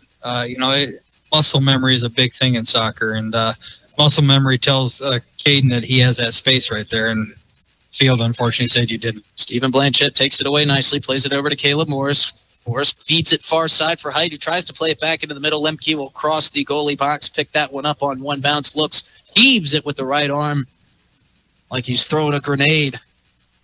Plays it up, got his man, Troy Wolter. That one goes out of bounds. Wolter with a fleet of foot hop over the bench. That was a nice distribution by the keeper. A nice 40-yard throw across the field to his teammate on his foot, which is hard to do. With the wind in the face, nonetheless. Maybe Sturgis, if they're looking for a new right fielder, check this guy out. Christian Lemke, not only a great goalkeeper, great arm, great leader, everything you'd want. Another heave with the right arm. Played it up to Troy Wolter. Going to try this one again, and now a flag is up. They went out of bounds. So, hey, maybe Sturgis a little thrown off by these field specs too. Yeah, and it's interesting to watch both teams. You're seeing a lot when the ball goes out of bounds. You see a lot of the kids right here shaking their heads. Yeah, they're in their mind they have the space, and in reality they don't. It's almost as if they're saying, "I swear I have more room than this." Thrown in here near side by Elliott Smith. Ball going to go out of bounds. A little stalemate going on here at midfield. Mason Brodigan, I should say, to throw this one in. Being it ahead, Dean Gebby trying to find Taylor Kalunga on the feed, unable to do so. Leiferman comes out, fields it, rolls it to the left side for Javier Portel Alegre. Plays it forward for LaRoche. LaRoche with a soft touch is going to be able to be picked up by the Scoopers. And now a whistle as Portel Alegre tripped one of the Sturgis players as he was trying to split through the defenders. And now Sturgis with a potential scoring opportunity here. And Taylor Kalunga is crafty with the ball. You give him that opportunity, he's going to earn a foul. Now Carson Walter, it would not surprise me a bit to see Carson Walter go for goal on this. And if I know Carson at all, it's going to be a far post shot. Cale Gloat, the big body down low for the Scoopers on the near side, back side of this set piece. Walter with the left foot high up into the air, right into the waiting hands of Leiferman. It was a good attempt, but Leiferman played that one perfectly. Yeah, good shot, good save. A little bit of a measuring stick. Next time he gets that, I'm sure the ball will be a little bit different type of ball for the next one. Tried to find Lucas Height there just out of his reach. Substitution coming here for the Scoopers. Coming out of the game, Elliott Smith. And it looks like Charlie Knutson coming in for the Scoopers. And now whistle on the field. Now they're going to resume play. Thrown in. Corralled by Troy Walter. Played back. Javier Pertel Alegre tries to get a foot on it. Played out of bounds. Staying with Sturgis. Ball cleared back towards midfield. Off the back of Caleb Morris there, that shot, trying to get it into the zone, unable to do so. But good thing for Sturgis here, good signs, able to control the ball a little bit, have a possession percentage go their way. Yeah, you're starting to see a little bit of pressure now. We talked about the Governors, and they were just banging on that goal and couldn't break it down. And now Sturgis is starting to get a little bit of momentum, starting to push into the Governors' end a little bit. Govs just want to keep on giving themselves opportunities. Sturgis looking for their first really good true scoring opportunity. This one played nicely up. Lucas Height going to have it, clear it inside to Alex Odakoven, who tries to give it right back to Lucas Height. Lucas using his speed, trying to get down before the ball gets to the end line. He will. Crosses in front. Shot on goal. Deflected away nicely there by Christian Lemke. That one will go high and set up a corner here near side for the Govs. And right there, I think you see the advantage that Pierre has. Caden's been getting up and down this right side here and able to beat his man. And right there, that was a foot race that Height just absolutely dominated and won. So speed on the outside for the Governors is where it's going to be at. Jacoby LaRoche to play this one in. Going to kick this one with his right foot near side corner. Plays it up high and looking for the head. It's in the back of the net. Alex Odakoven scores another goal for the Govs, the first one of the day today. They lead 1-0 with 16:48 to play in the first half. A beautiful centering pass from the corner from Jacoby LaRoche sets up Alex Odakoven to knock it in with his noggin. Yeah, it was a great corner kick, and Alex made a beautiful run. Came from the far back corner and came diving in, cutting in. Nobody accounted for him, marked up on him, and he took advantage of being unmarked. And now a whistle on the field, and the head referee now walking over with a couple cards in his hands, and he's going to be writing down. Looks like we might have a card assessed here. No, he's just checking the goal. What's going on here, Chris? A lot of referees use their yellow cards on the back of them are a scorecard for them as well. So I think what he was doing there was just marking the score, and he's going to make a time adjustment here. The time should be marked back a little bit. You know, it's funny because he was looking at Caden Aharts, and Caden Aharts was wondering what was going on. He said, "Why are you walking towards me with a card?" Had his hands up. He was as confused as we were. Our head referee over here changing the time with our PA announcer actually below us here in this beautiful press box we have here at Hollister Field. As we told you, our first game here, Colin, we're usually down field level. And while it's easier to get numbers of players that way and pick up what's going on, I'll tell you, it's nice not having 40-mile-an-hour winds in your face for 2.5 hours. And this upper, being this elevated view also gives us a great vantage point to watch this game and see all the things happening on both sides of the field. And if you're watching on live ticket, you're getting that great vantage point as well. Caleb Brozick doing a great job working the camera over here off to our left. Justin Cowart, Chris Derry, calling some Pierre Governors soccer. John Neff back in the booth punching all the buttons for us. Beautiful day here in Pierce, South Dakota for some soccer. Set piece coming here from the Scoopers. Played high in front of the net. Bounced around a couple heads. Still trying to clear it.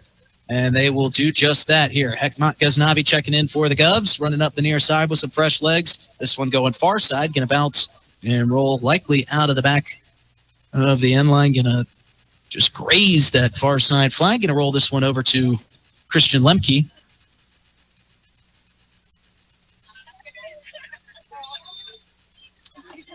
Lemke on looking. He's got the Rambo headband. Looks like a ripped workout shirt tied around, hanging off. He's got a little bit of a leverage there hanging off the back. Yeah, it looks like he's ready for battle out there. Battle indeed. He has had a bunch of shots headed his way. As I guess another Rambo comparison. Two guys that had a bunch of shots headed their way.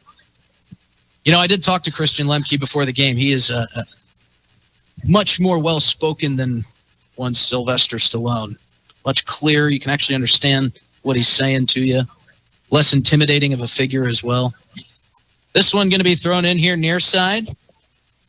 Checked into the game. Charlie Knutson throws this one in for Sturgis. This one going to be played forward towards the goal by Weston Northrop. Going to get all the way back to Christian Lemke.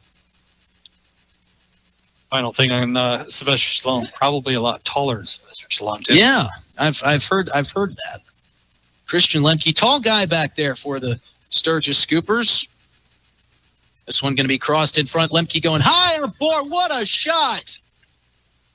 Wow, Caleb Morris with a dart from the near corner. I don't know how he got an angle on that goal, but he placed it perfectly. Could not have put that shot anywhere else. Over top of the head of Christian Lemke, finds the near side of the net for the second Govs goal of the game.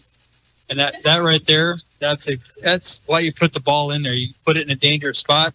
Wind is blowing right into Christian Lemke's face, so I'm sure that helped it a little bit. But what a tremendous opportunity and a great shot by Caleb Morris. Lemke was in great position. He was just unable to get enough elevation on that play. And I'll tell you, you could send us out there. I don't know about Chris. I could try that shot 100 times and not hit that. That's how amazing that curling shot was from the far side of the field over the head of Lemke into the net. Govs lead 2-0 here, 14-14 to play in the first half. Yeah, and Caleb Morris could probably take that shot 10 more times, and he might only hit it once. But you know what? In soccer, that's all it takes. Unbelievable play there from Caleb Morris.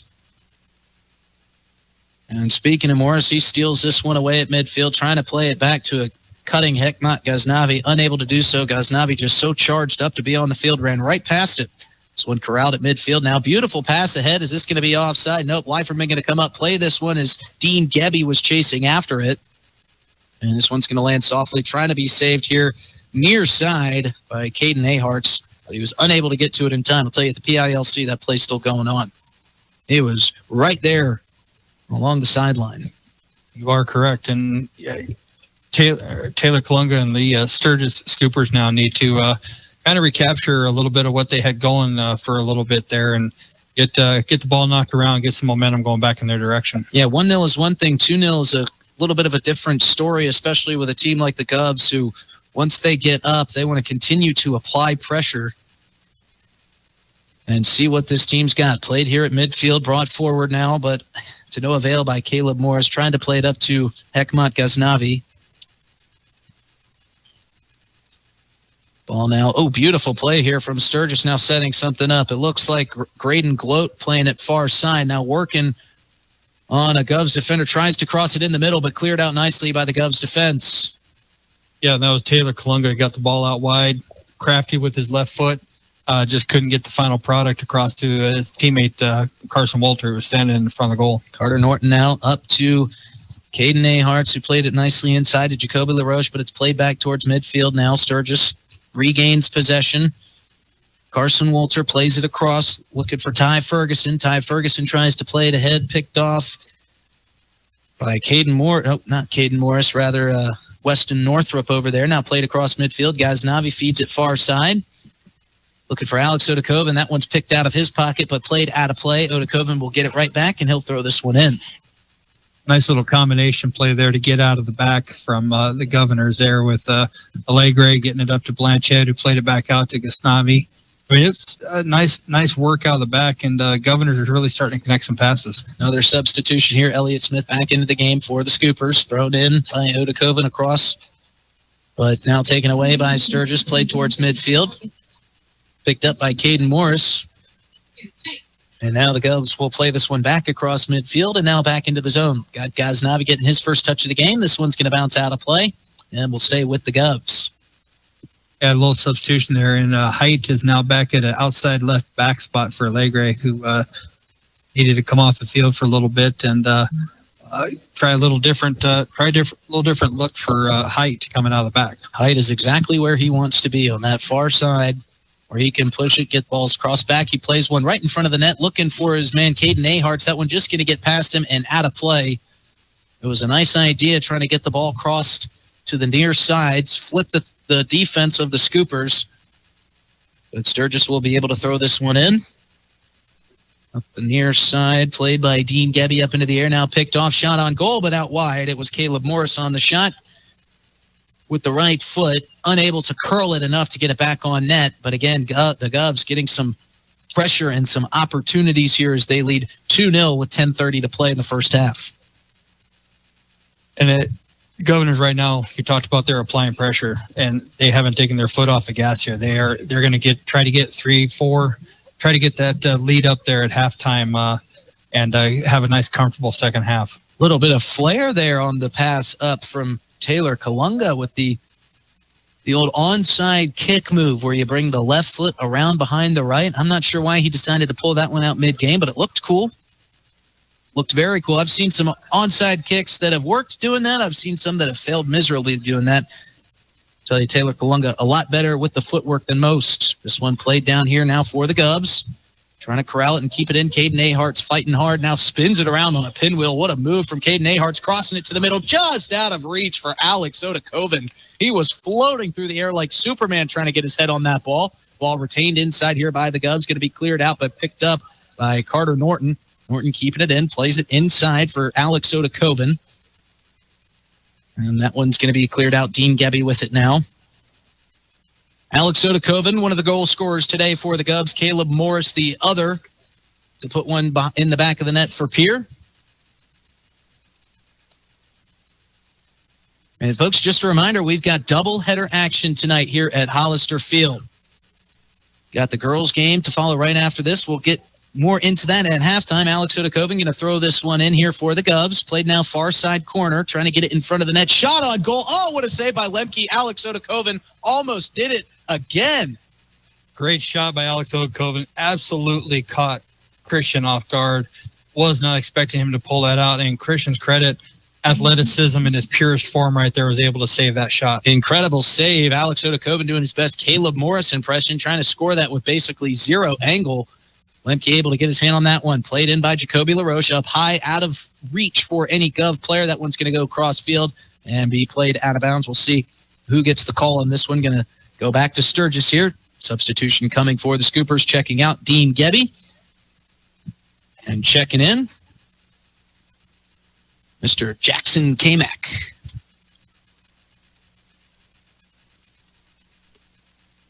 Back into the game, Jackson Kamak. Dean Gebbe's played a great first half. He's had a lot of opportunities trying to get the ball up front for him. He's put in a lot of work. Take a little break, getting into halftime here and be ready to probably play a lot of the second half. Just under 8 minutes to play. Dean Gebbe getting some well-deserved rest.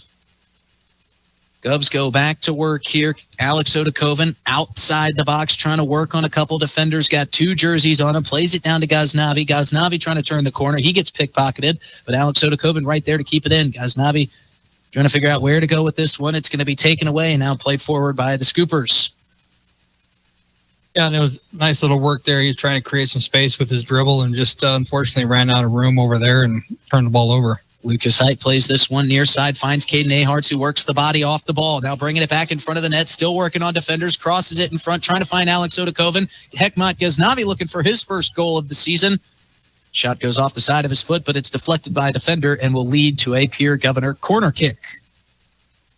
Nice little work there. Caden Aharts is having his way over here, getting the ball out wide and then taking that angle to cut in on his left foot, and he keeps finding the 1v1s on the backside or the open backside guy. And he can do it whether he's going inside or outside. This one played in front by, looks like Jacoby LaRoche there, far side, that played it in for the Govs. This one going to be batted out of harm's way for Sturgis. Going to be corralled and played now and brought back by Carson Wolter, trying to find an outlet, and he does. And this one played for it a little bit too high. And out of play. That was Graydon Glodo trying to get the pass on just a little bit over the head of his teammate. Carter Norton working here. Ooh, works a defender nicely. Now played ahead. Alex Odakoven with it. Scramble for the ball.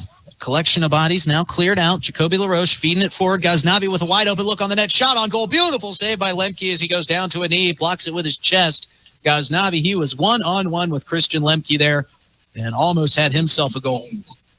And you're seeing it more and more in this game here. The Governors are bringing it down one side and finding that backside guy. And for a field that's narrow, they are finding a ton of space on those outside, backside runs. Heknat Ghaznavi checks out of the game for Javier Patel Alegre. Gets a high five from head coach Sean Blanchette. Alegre plays this one in from the far side corner, just over the head of his teammates.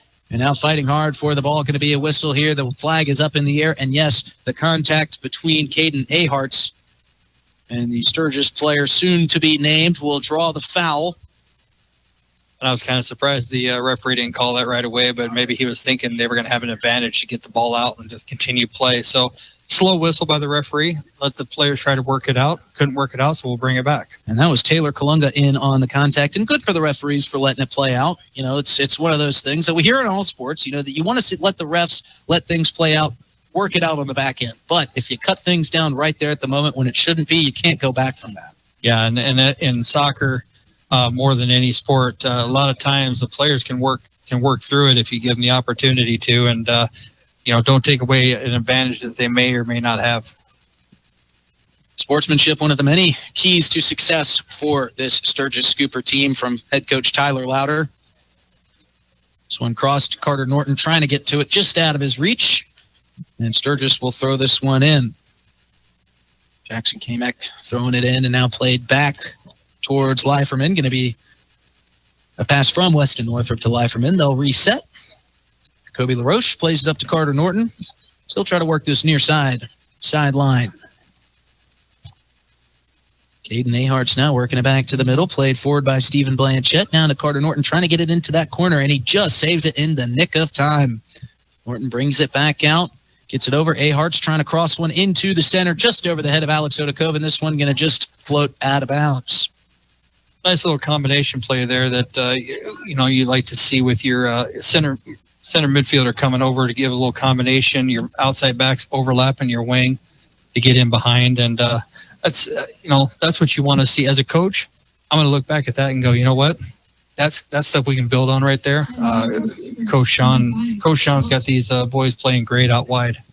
And I got to tip my cap to the fan bases of all these schools here as this ball's played to midfield.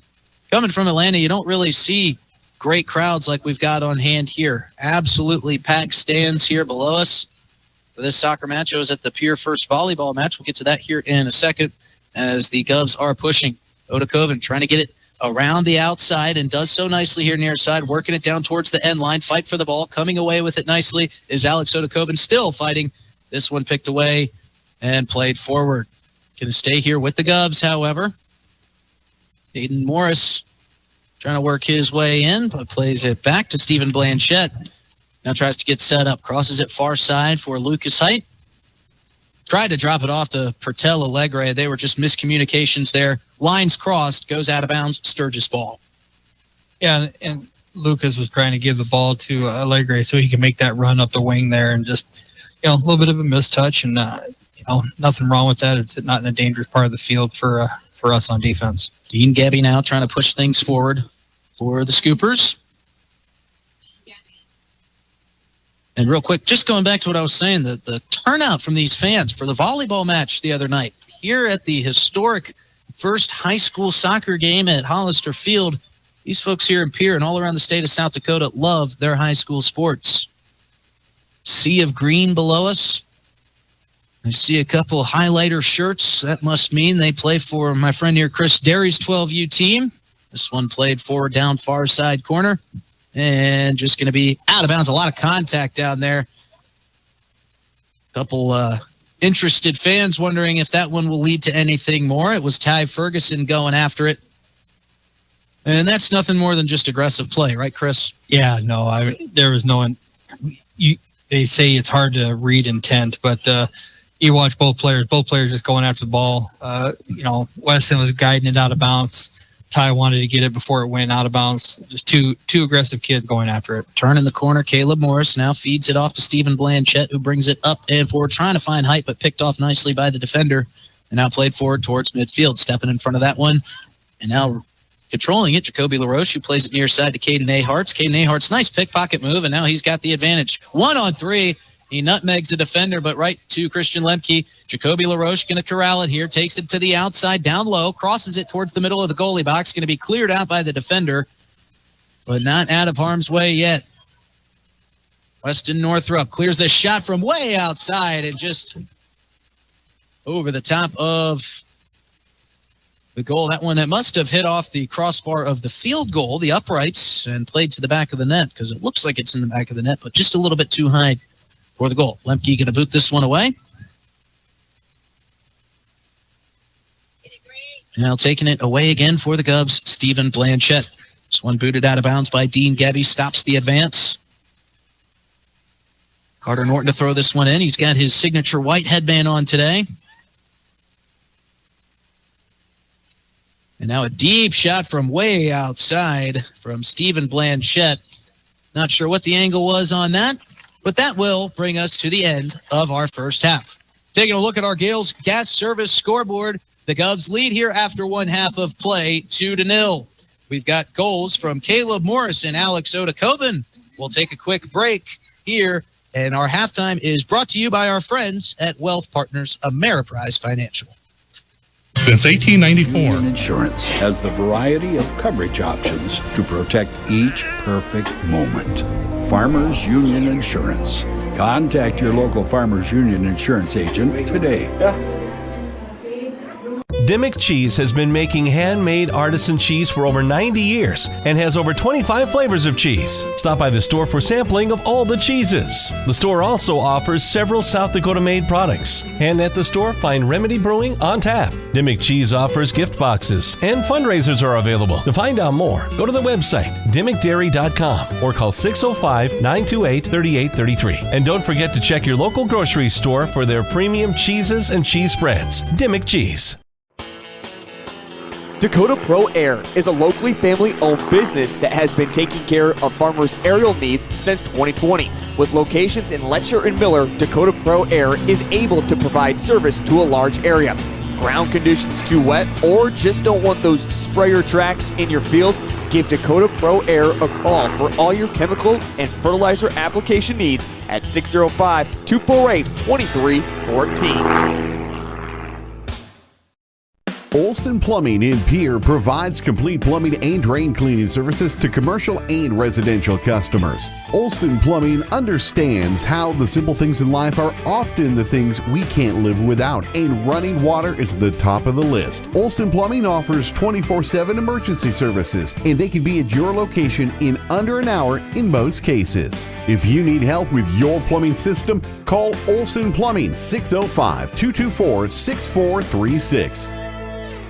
You asked for it. Nonstop flights between Pierre and Minneapolis. Now you can book nonstop flights from Pierre to Minneapolis and Denver on Denver Air Connection. 1-hour flights on 50-passenger jets with fares starting at just $119 one way. Seats are limited and restrictions apply. Business, pleasure, a game, a winter getaway. It's easy when you fly from Pierre. Visit DenverAirConnection.com/Expedia to book your trip today. Skip the drive. Fly from Pierre Regional Airport. Minneapolis flights begin November 30th. At Jan Bussey Ford & Highmore, they've been building partnerships for life by treating customers right, offering a low-pressure sales process, no haggling over price, passing low overhead savings on, and providing a Ford-certified service department fixing it right the very first time. If you're looking for a new Ford, a quality pre-owned vehicle, a new or used ATV, or a trailer, stop by Jan Bussey Ford & Highmore and experience the difference. Jan Bussey Ford, building partnerships for life. This is what matters. This is beyond X's and O's. This is the difference mutual respect makes. This is what character looks like. This is what defines us in South Dakota. This is sportsmanship. School sports, it's not the outcome that matters most, but the way the games are played. This message presented by the South Dakota High School Activities Association and the South Dakota Interscholastic Athletic Administrators Association. The word cooperative means working together for a common purpose. At Actegra Cooperative, we are dedicated to supporting the success of our farmers and the health of our communities for generations to come. Rooted in our communities, Actegra strives to instill dedication, determination, and integrity in everything we do, and that includes inspiring the next generation of agricultural leaders. Hey Josie, why so glum, chum? I can't find a way to get my whole group to one spot without taking all these cars. You haven't heard of Denwall Transportation? They have luxury seating buses with air conditioning, outlets to charge your phone, and other must-haves for traveling. Whoa, no way! Yeah, you should check them out. Where can I find them? You can follow them on Facebook or denwalltransportation.com, or hey, let's give them a call at 605-532-3836. Denwall Transportation, let us do the driving. Explore the 2023 Lincoln Navigator at Capital City Ford in Lincoln. Every time you approach your Lincoln, you'll receive a recarpet welcome. Twin turbocharged 3.5 V6 engine with auto start stop technology, you'll travel confidently with technology that meets all your needs. Now you can get the 2023 Navigator for 5.9% at 72 months. Stop in to see the full vehicle lineup at Capital City Ford in Lincoln. Capital City Ford in Pierre, South Dakota. Now's your chance for a great deal on smoking fast fiber internet from Venture Communications. Upgrade to the speed you need, up to 1 gig. And with whole home Wi-Fi included as part of your service, experience no-lag gaming, your favorite music, web surfing, HD video streaming, and connect to the latest smart devices. If you're ready for an upgrade, call or visit Venture Communications online. Allied Plumbing and Heating is your contact for business, farm, commercial, and residential plumbing needs located in Pierre. No job is too big or small for Allied. Put our over 50 years of experience to work for you. At Allied Plumbing and Heating, the only surprise we want for our customers is how fast they get the job done. That's why we offer free estimates on every single service, no hidden charges. Give them a call today at Allied Plumbing and Heating. Remember, you can rely on your allies. John Hoffman Electric is your neighborhood electrical service contractor and so much more. No job is too big or too small for our team of professionals. We pride ourselves on keeping up with new technologies such as Aerial, an augmented reality visual tool used to customize and experience a finished space before breaking ground. So whether you're building new or renovating a home, farm, or commercial space, let John Hoffman Electric light the way. John Hoffman is a proud sponsor of all local activities broadcast on Live Ticket TV. Protect what matters most with the Brittany Scheffelbein Agency, American Family Insurance. Our personalized insurance solutions ensure you're covered, no matter what life throws your way. From home and auto to farm, commercial, and life, we tailor policies to fit your unique needs. With our dedicated team and exceptional service, you'll have peace of mind knowing you're in good hands. Contact the Brittany Scheffelbein Agency, LLC. Best of luck in today's competition to the Potter County Battlers from Black Sheep Agronomy, your local agronomy experts. Black Sheep Agronomy wants you to have a successful farm plan and is focused on products and practices that work in this region. As community members themselves, Tyler, Tice, and Austin support area students who work hard in their school and extracurricular activities. Good luck, Battlers from Black Sheep Agronomy. Call 842-6104 for all your agronomy needs. With our new online loan application, you can go to our website and apply for a loan when it's most convenient for you. We make getting loan approval fast and easy. Our local lenders are available to assist you if you have any questions. We make it pain-free to get that loan you've been wanting. We're an equal housing lender. Oahe Federal Credit Union, your hometown credit union since 1955. Federally insured by NCUA.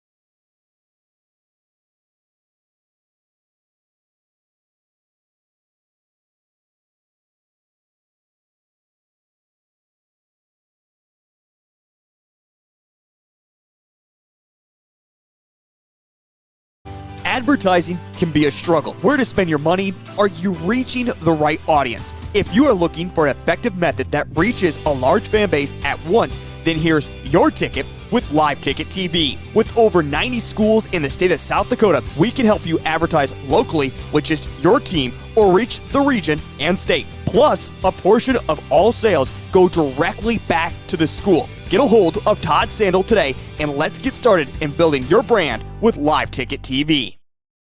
What if we said a bank isn't a place to lock up money? It's a place to set it free. What if the point of banking wasn't to bank at all, But to put your ideas to work?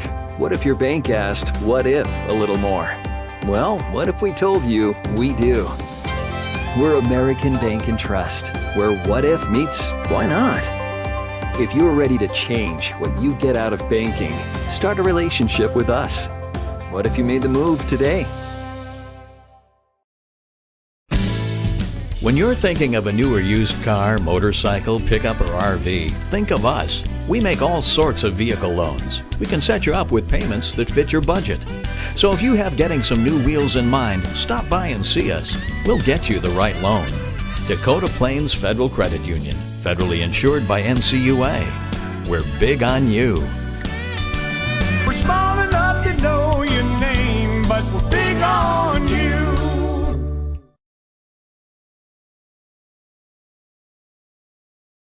Welcome back to the Oahe Federal Credit Union Press Box. Oahe Federal Credit Union, where people are worth more than money.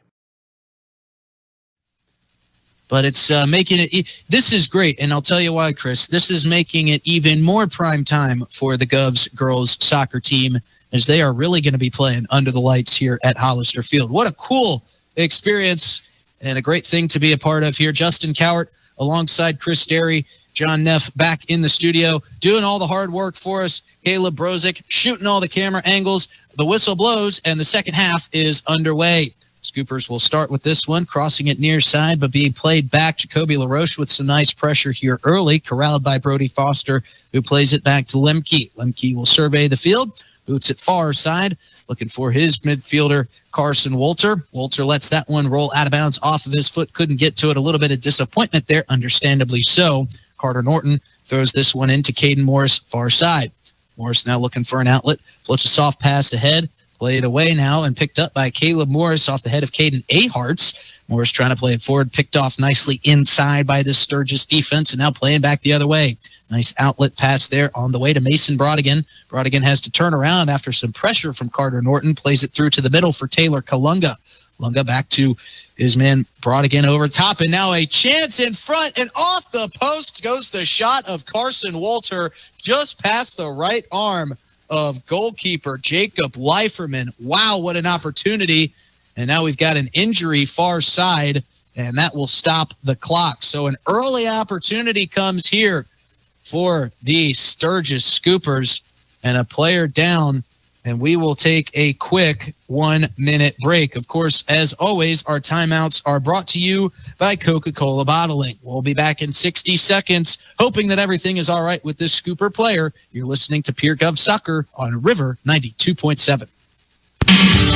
Chances are you're overlooking a big energy thief in your home or commercial building, the garage doors. But Overhead Door Company of Pierre can help stop that energy waste with a full range of insulated, weather-tight garage doors. Their residential garage doors give you insulated performance at an uninsulated price. And their Thermocore insulated steel doors give commercial buildings the energy efficiency they demand today. Find out more. Call Overhead Door Company of Pierre at 1-800-649-9905 and put a stop to the garage door energy thief.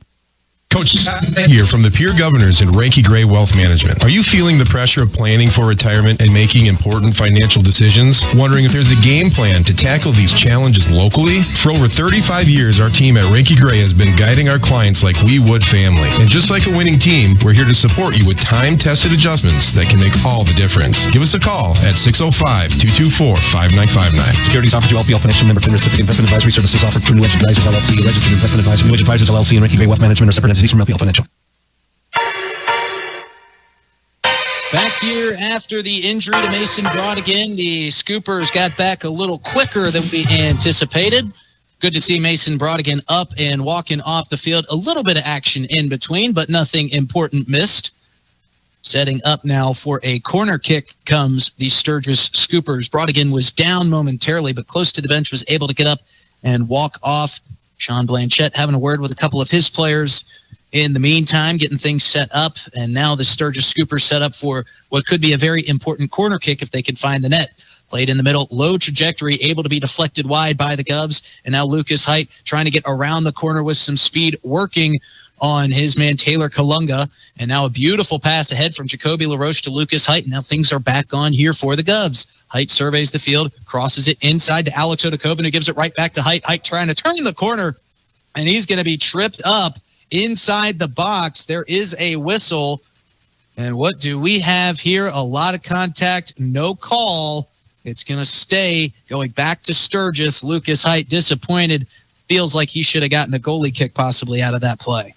Yeah, Lucas thought he got his man. Or a penalty kick, I should say. Excuse me, Chris. Yeah, no, Lucas thought he had his man beat, and thought when he got the ball, he got a little bit more of his foot than the ball. But as referees will tell you, it's they have the whistle and it's in their view. And now playing it forward quickly is Caden Aharts to the outside and deflected out nicely by the Sturgis defense. But this is going to set up a corner kick for the Govs.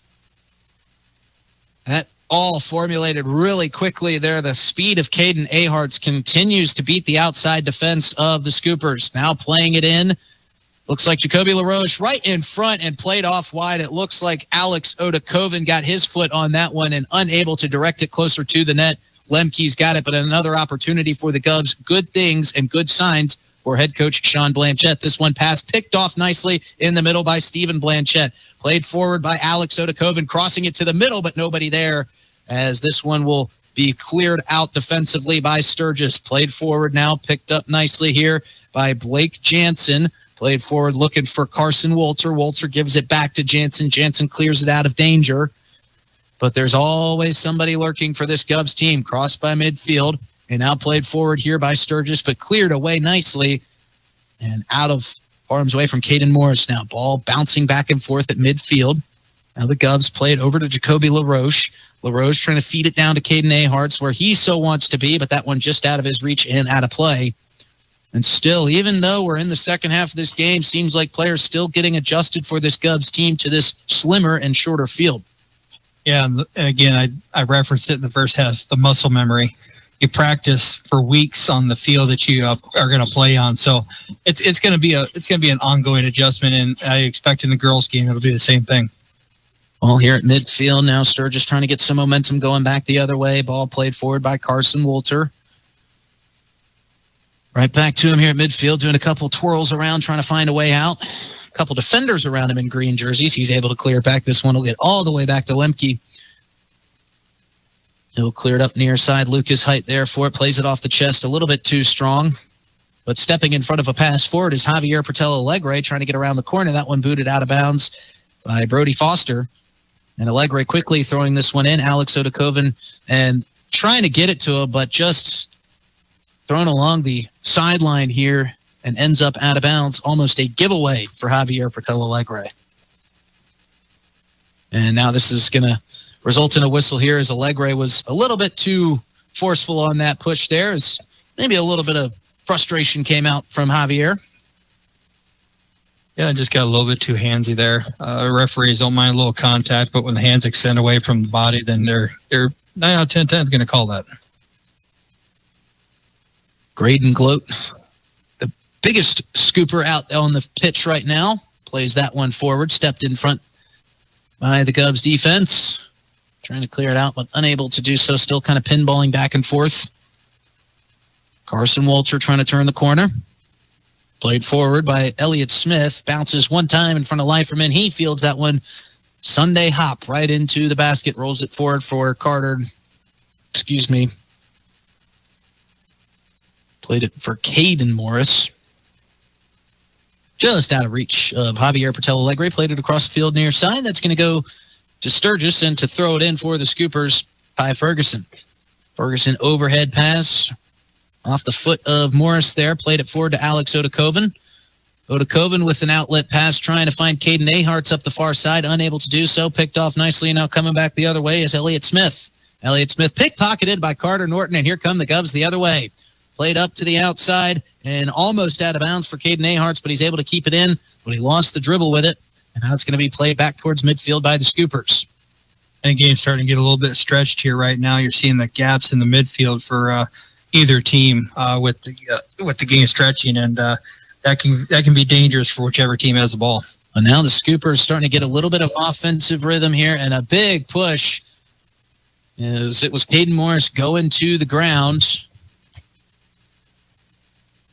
And that's going to go back to the Govs. The guilty party on that one for Sturgis belongs to Carson Walter. Yeah, Carson Walter was just trying to be aggressive, get after the ball. Caden did a great job putting his body between the ball and Carson tried to gain a little bit of advantage. Unfortunate for him, the referee was standing right there and watched it. Ball bouncing around. Sturgis wanted an inadvertent handball, and they got it. So they'll get the possession back here just inside midfield. Again, Sturgis moving from our left to our right. Govs, when they attack, going right to left. Graydon Gloat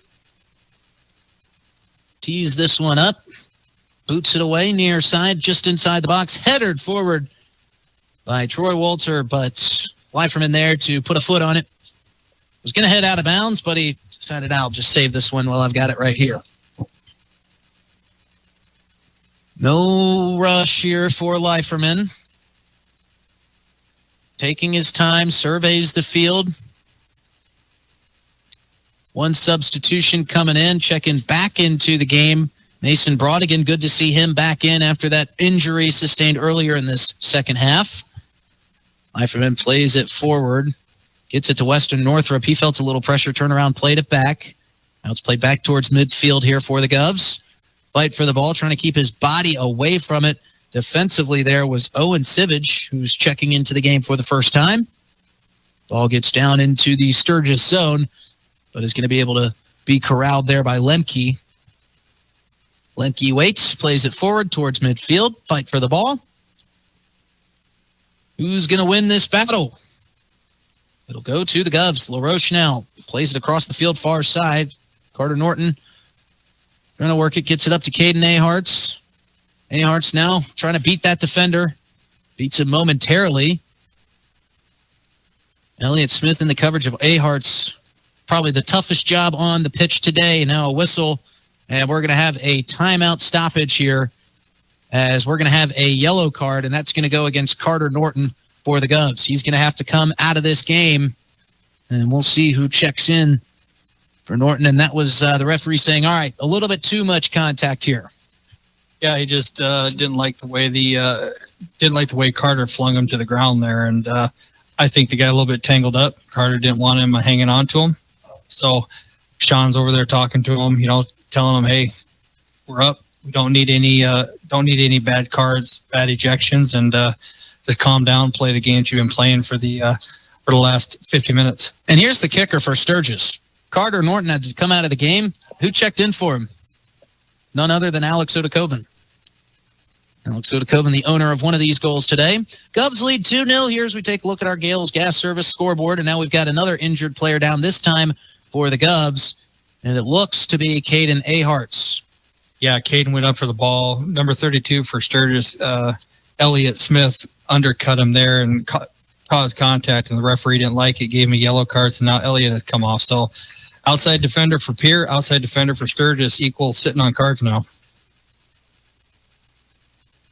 Caden Aharts under his own power alongside member of the Pierre Governor medical staff and head coach Sean Blanchette.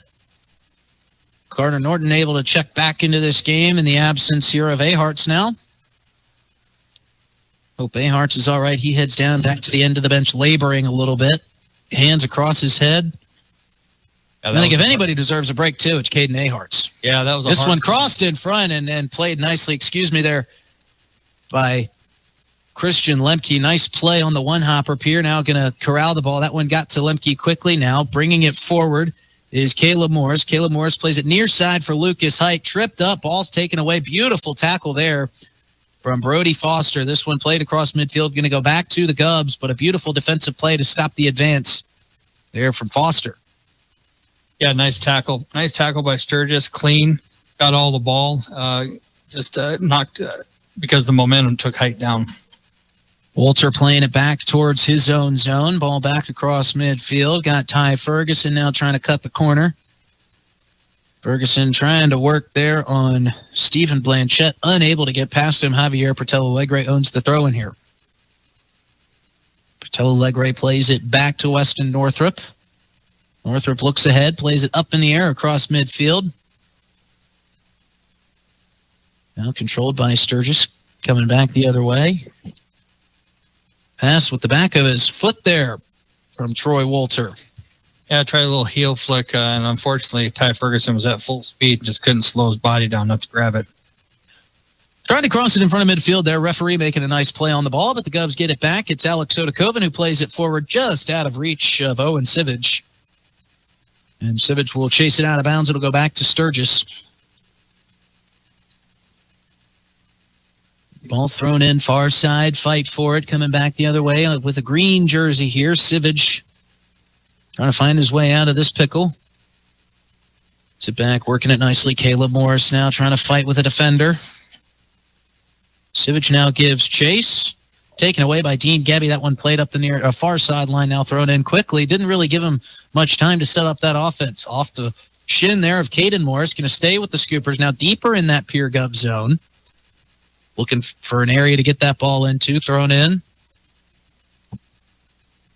And you're seeing a little bit more momentum from Sturgis here. They started off, like we talked about at halftime, connecting some passes and see what they could get from it. And now you're seeing a little bit more, and it's become more of an 18-18 game right now. Absolutely, and those adjustments by Tyler Louder have yet to result in a goal yet here, but more aggressive play. Javier Portello-Alegre right now bringing it forward for the Govs. Plays it down near side corner for Lucas Height. Lucas Height trying to cut it down the end line. Tries to get to the ball, and he's taken down. A little bit of contact there between he and Brody Foster.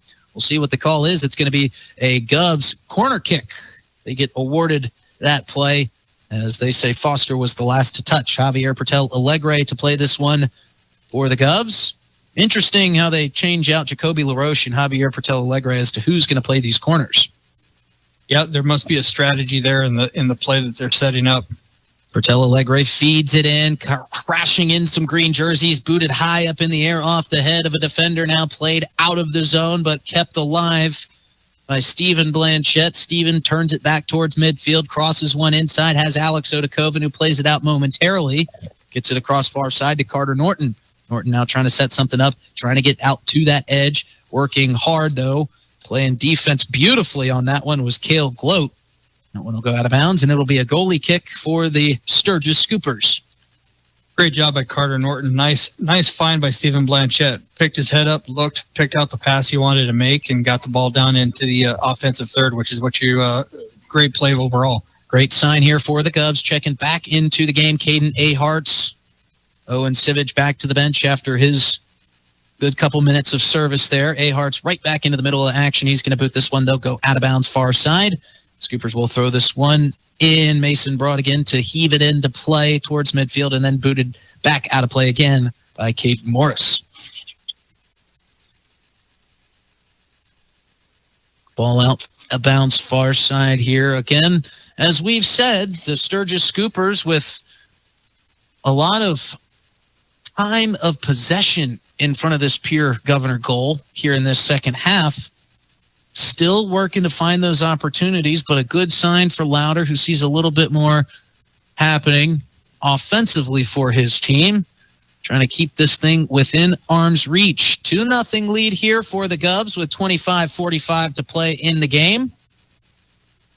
Ball crossed by Caleb Morris over to Stephen Blanchette, and a beautiful pass inside to Alex Odakoven. He was unable to get to it, felt he was pulled back a little bit by the defender there. Inadvertent handball going to be waved away as Javier Portello-Alegre brings this one up with speed. Beautiful pass inside to Lucas Height. Lucas Height one-on-one with Lemke. He goes down to the knee and makes the save. He tried to go 5-hole on him, and Lemke was ready for it, but another great opportunity.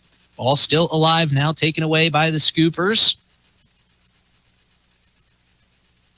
Nice, and there was a nice little combination play right there, and that wide open pass over there. Great shot by Height. Absolutely, and a great feed by Javier Patel Alegre. Now Height does the feeding to Jacoby LaRoche, who cuts around the corner, got it one-on-one in front of the net, working on Lemke, still waiting to take his shot, and it's cleared out defensively. He waited a tick too long, trying to find the perfect opportunity to put that one in the back of the net, kept playing cat and mouse with Lemke in front, and a defender finally came to the aid of the Sturgis goalkeeper. That was almost another goal. Govs still working down baseline. Caden Aharts tries to cross it in front. Alex Odakovic waiting, but it's cleared out. Nice defensive play, but more good setup here by the Govs. Continuing the pressure. Fight for the ball here at midfield. This one going to stay forward for the Sturgis Scoopers. Dean Gabby chasing after this one, working on Carter Norton. This one's going to be played out of bounds just on this side of the corner flag, so it's going to have to be a throw-in. Throw-in quickly executed by the Scoopers, played towards midfield now. Things slowing down a bit. Now Lucas Height defensively gets his foot back on the ball. Coming back the other way, Height tried to feed it in for Jacoby LaRoche, but picked off nicely there by the Scoopers. It was Brody Foster playing defense on that one. Played down to the near side corner, Javier Patel Alegre. He's working on Troy Walter. That one going to go out of play. Walter going to be able to throw this one in for Sturgis down deep in the Govs defensive zone. Played through, near sideline. Brody Foster now working on Lucas Height. Pops one back into the zone. One hopper right to Leiferman. He fields that one cleanly. Not a bad idea by Brody there. Sun is right in Jacob's eyes right now. Nice floating ball like Caleb Morris got in the first half from this side over here. Might be dangerous for Jacob Leiferman. Absolutely. Great point there, Chris Sterry, staring right back into the sun. Now a feed pass beautifully played here. Working on it, Troy Walter didn't get to it in time, tried to bring it back out, but Javier Patel Alegre, the quick defender there, able to take it away. Still fighting for the ball, but now taken away by Caleb Morris and played back towards the middle of the field. Alex Odakovic with it, plays it far side, got Aharts, who plays a nice first touch. Now he's working on the defender, trying to get around the corner, brings it back towards the middle of the field. And a nice play by Caden Aharts to keep that ball alive. A couple bodies on the ground after that one. It was like a reverse slide tackle almost, as this one's played through the middle of the field, has enough momentum to get back to Leiferman. And I'll tell you, Chris, they keep working that. They keep trying to get that outside to get them spread out and then try to work it back into the middle. It's been working, setting up a bunch of great opportunities. Carter Norton plays it ahead to Caden Aharts to try to recreate one of those opportunities. This one taken away, booted out of play by the Scoopers, and the Govs will throw it in just outside of the box. Yeah, and you hit the nail on the head. Sean said the pregame, he's going to use every inch of space that this field will allow him, and they have the advantage, and they've had the advantage the whole game out on the wide channels. So are you impressed with this team's ability to kind of shrink things down in the moment, Chris? As we've told you so many times, they're used to playing on a bigger field, and that's the thick and thin of it. Muscle memory, they feel a little bit bigger, a little bit more contained. Are you impressed with how they've been able to adjust to that? Yeah, I think they've adjusted well. I think Sturgis has gotten very narrow in their formation. They're very central. A lot of their balls are over the top in the center channel, and it's been fed right to Jacob Leiferman, while Pierre's getting the ball out wide and then coming in, which has been far more successful. Thrown in by the Scoopers. Pushed down of bounds far side. Morris to throw this one in. High over the head, played by Odakovic at midfield. Turns around to his left. Dinking and dunking his way through. A lot of contact. Man, Alex Odakovic working hard over there. Defending him nicely. It was Brody Oliver. Yeah, Odakovic is just putting in a shift out there. I mean, this whole game, he has been working hard on every 50-50 ball. One played back deep over the head. Odakovic giving chase, going to be played out of bounds, and that pressure right there from Alex Odakovic just won the Govs back a possession. Odakovic plays it into Jacoby LaRoche, far side. Crosses towards the middle of the box. Trying to sidestep his way in. It was Caden Aharts who tried to get on the inside of the box. Don't normally see him there. Ball still alive down near the far corner. Jacoby LaRoche now controls it, turns it back in towards the field of play. Played back for Stephen Blanchette, still working that far side bench line. Blanchette now working down into the corner. Nice cross, got Lucas Height. Tries to put a moving shot on it, but unable to do so, just off the inside of his shin. He had a good look, but that was a tough play to make. And again, you're finding it all the ball down the one side, the back side's 1v1, and it's happened many times during this game. And Tell you what, whatever the outcome of this game is, that's going to bode well for them in the future of this season. If they can continue to get the balls on the backside with 1v1s, they're going to score a lot of goals. Just crept under 20 minutes to play here. Govs lead 2-0 on our Gales Gas Service scoreboard. Lucas Height working hard, continuing to work hard down there on Graydon Gloat. Ball was rolled away, but played out of bounds. Blake Jansen going to get this one, throw it into Carson Wolter. Wolter patiently trying to find a way out, and now he plays it right back into Lucas Height. Lucas Height turns in some serious contact between Wolter and Height. Both are down, and we're going to have a quick stoppage of play. As always, our timeouts are brought to you by Coca-Cola, and they're going to call for the medical team to come over and check on their star, Carson Wolter. We'll take a quick 60-second break while they tend to the Sturgis Scooper who's down with an apparent injury. You're listening to Pierre Governors Soccer live on River 92.7. Hello, here's to welcoming moments, big and small, embracing the unexpected, savoring life. At Avera, our nationally recognized health system will be right here with you, ready for anything. We listen to your goals and help you achieve them with care and coverage. We'll move you forward through sickness and health and every milestone in between. Avera, moving health forward. Learn more at avera.org/forward. Capital City Ford Lincoln Toyota in Pierre is here for you. When you're looking for a new vehicle, they make it easy. And all available vehicle information so you can spend less time researching and more time enjoying your purchase. Shop their extensive inventory from home at CapitalCityFordToyota.com or stop in to Capital City Ford Lincoln Toyota at 518 East Sioux Avenue in Pierre. Count on them for your service needs with convenient scheduling and in-stock parts. Capital City Ford Lincoln Toyota in Pierre, 605-224-7378. Beautiful Govs lead as we're back in play after the injury timeout. Carson Wolter able to get up and walk off under his own power. Govs now pushing again down far side. Ball crossed towards the middle of the box and now cleared out by Sturgis. Justin Cowart, Chris Derry, John Neff coming to you live from Govs Under the Lights here at Hollister Field for the first ever state-sanctioned soccer match at Phil Trotner Stadium. So glad you all could join us, bringing you the live video coverage. Caleb Brozick and the Govs playing some great soccer here as we creep into the second half of this second half with a 2-0 Govs lead. Sturgis takes this one away, going to throw it in. A bunch of green jerseys down there, trying to decide who wants it between Caleb Morris and Lucas Height. Lucas Height's watching on as Caleb Morris took that one himself. Now going to be cleared out by Sturgis. Played towards the middle of the field, and a beautiful outlet pass there from Jackson Kamak, but taken away beautifully the other way by Caden Morris. Now pushing it back the other way, trying to play it to Caden Aharts on that far side. And we have another whistle and some possible cramping here as a Gov has gone down.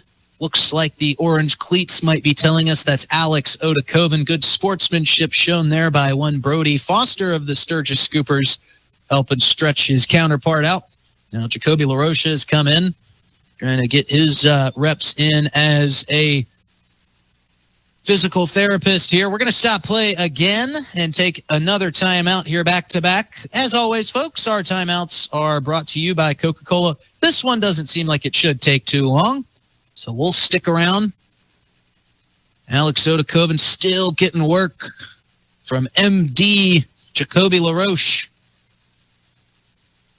And now they are still calling. They want the true physical trainer. Not that Jacoby LaRoche isn't doing a great job stretching him out, but might need a little bit more medical knowledge in here on this one. Jacoby LaRoche still in high school, still got some years to learn all about the PT aspect of the game.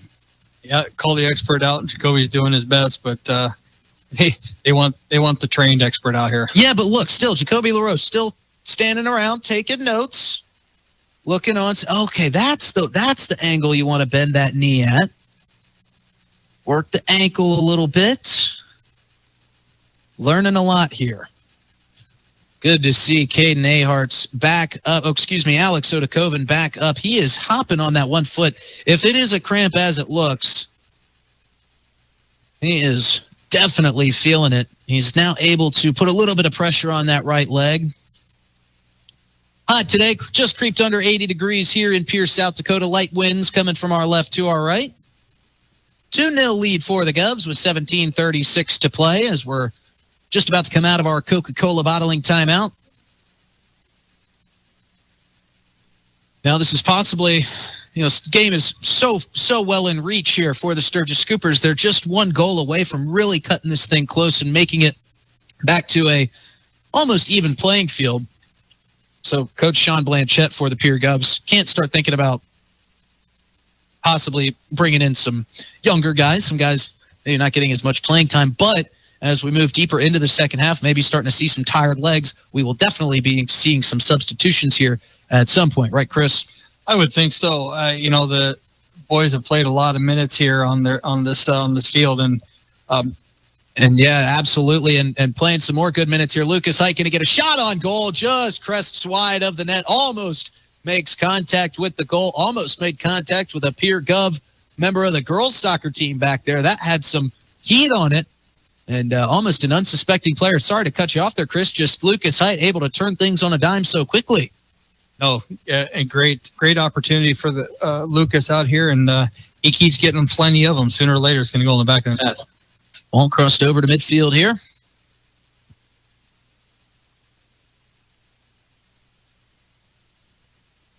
Sturgis going to throw this one in right at that midfield line.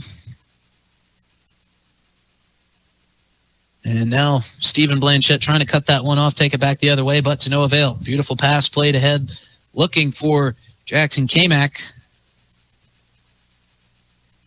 A little bit of incidental foot contact there, got a tripping foul. So now here's a free kick for the Sturgis Scoopers in a dangerous spot. Absolutely. Set piece coming about 10 yards just outside the box. I guess I should say 8 yards. We've got the football lines right there for me. Forced to get it right at this point. Set piece coming for the Scoopers far side. Off the right foot. Way high and into the back of the net for the Scoopers. Ty Ferguson with a beautiful far upper 90 kick. You could not ask for a better placement. And again, like I said, dangerous opportunity. And like Carson Walter on his left foot, Ty is equally as dangerous on his right foot. Ty Ferguson able to get the Scoopers on the board off the set piece. Taking a look at our Gales Gas Service scoreboard, we've got ourselves a match here. 2-1, Govs still lead, 15:38 to play, but now the aspect of this game is completely flipped. Sturgis has definitely won this half, obviously because they've got the lone goal in the second half, but they've been the ones pressuring Jacob Leiferman in front of that net. They've been the ones keeping the ball down in this zone, as you so astutely pointed out earlier. Leiferman having to stare right back into that sunlight, making it just doubly as difficult to make plays as a goalkeeper. Sturgis back with this one here. Going to throw it in. Ty Ferguson, who just scored that goal for the Scoopers. Played through. Now a little bit of life in this Sturgis bench and in the Sturgis team. Mason Brodigan with it now, fighting hard for the ball, falling on top of it is Owen Sivage. This one going to remain with the Govs as Sivage was played down. Now played quickly ahead to the far side for Caden Aharts. Aharts trying to turn it back in, but defended nicely out there by Cale Gloat. Ball still down in that far quarter, controlled by Jacoby LaRoche, trying to find the end line, turning it inside. Now shot on goal for, almost a goal for Caleb Morris.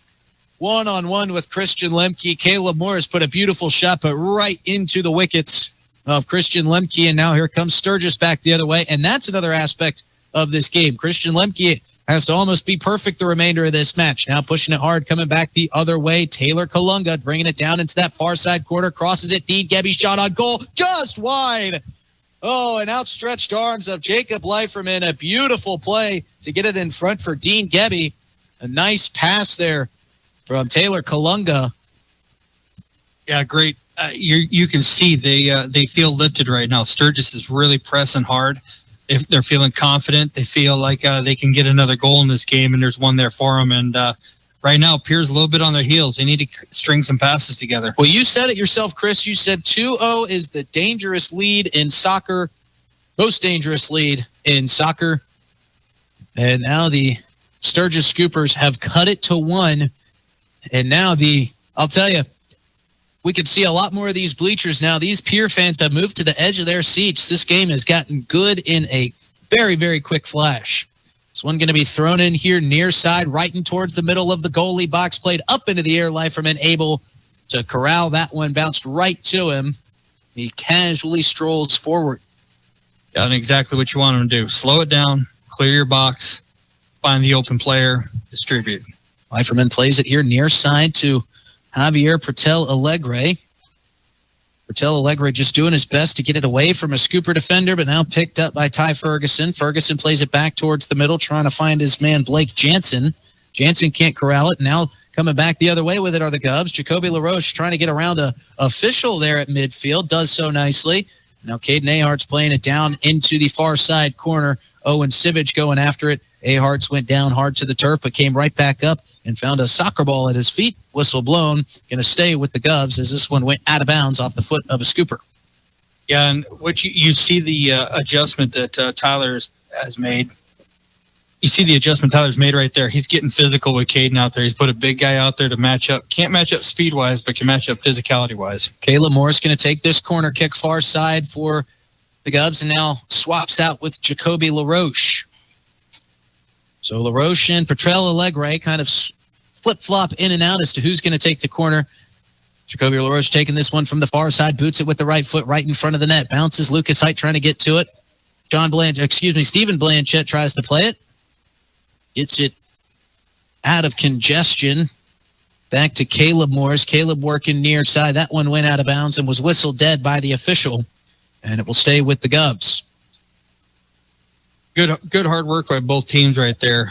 Defending your goal for Sturgis and trying to get the shot off on goal for Pierce. So two teams right now that feel some urgency. Both feel the urgency. One to hold on to the lead and try to extend it. The other one to try to tie it up. Thrown in by Lucas Height, bounced right back off the head of a defender into Height's chest. Height plays it back into the middle. Now feeding it inside for Caleb Morris. Caleb Morris trying to get it in front of the goal. Bounced right up to Christian Lemke. Lemke drops it down, boots it away. Low kick. Carter Norton picks it up nicely, feeds it back towards the middle of the field for Jacoby LaRoche. LaRoche back to Norton. Norton with some nice footwork gets it over to Caden Ahart's far side. Ahart's trying to work down in that far corner.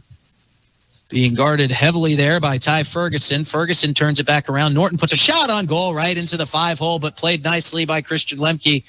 He's been down getting some grass stains on those knees here as he's been going down making tons of saves for the Scoopers. This one played down. Leiferman going to come out of net, come play it. Picks it up, slows things down, and now quickly fires it ahead. Played it on to Carter Norton. That one booted out of bounds by Cale Gloat. Now a substitution coming for both sides. Looks like Alex Odakoven and for Pierre and Troy Walter for Sturgis there. Great call on the substitutions there, Chris. And now another whistle stoppage. This one going to go back the other way. Sturgis looking to find the equalizer here. They trail 2-1 with 10 minutes to play. Played in here near side. Fighting through to it. Elliott Smith. Javier Pretel Alegre going to pressure that one. He thinks it went out off of Elliott Smith. It did, but not seen correctly by the official. It happened right in front of us, so we can say with certainty that one went off of the Sturgis Scoopers, but the official just unable to see it, probably looking back into the sun in his position, but they play on. Sturgis now working it nicely. Ty Ferguson tries to get it inside. Shot coming from Mason Brodigan from the parking lot. That one goes out wide. Jacob Leiferman happy to watch that one sail. He'll come around, take his time getting to this ball, and Sean Blanchett has always wanted to stay aggressive. Looks like they may have pumped the brakes a little bit in the second half scoring-wise and, pressure-wise offensively.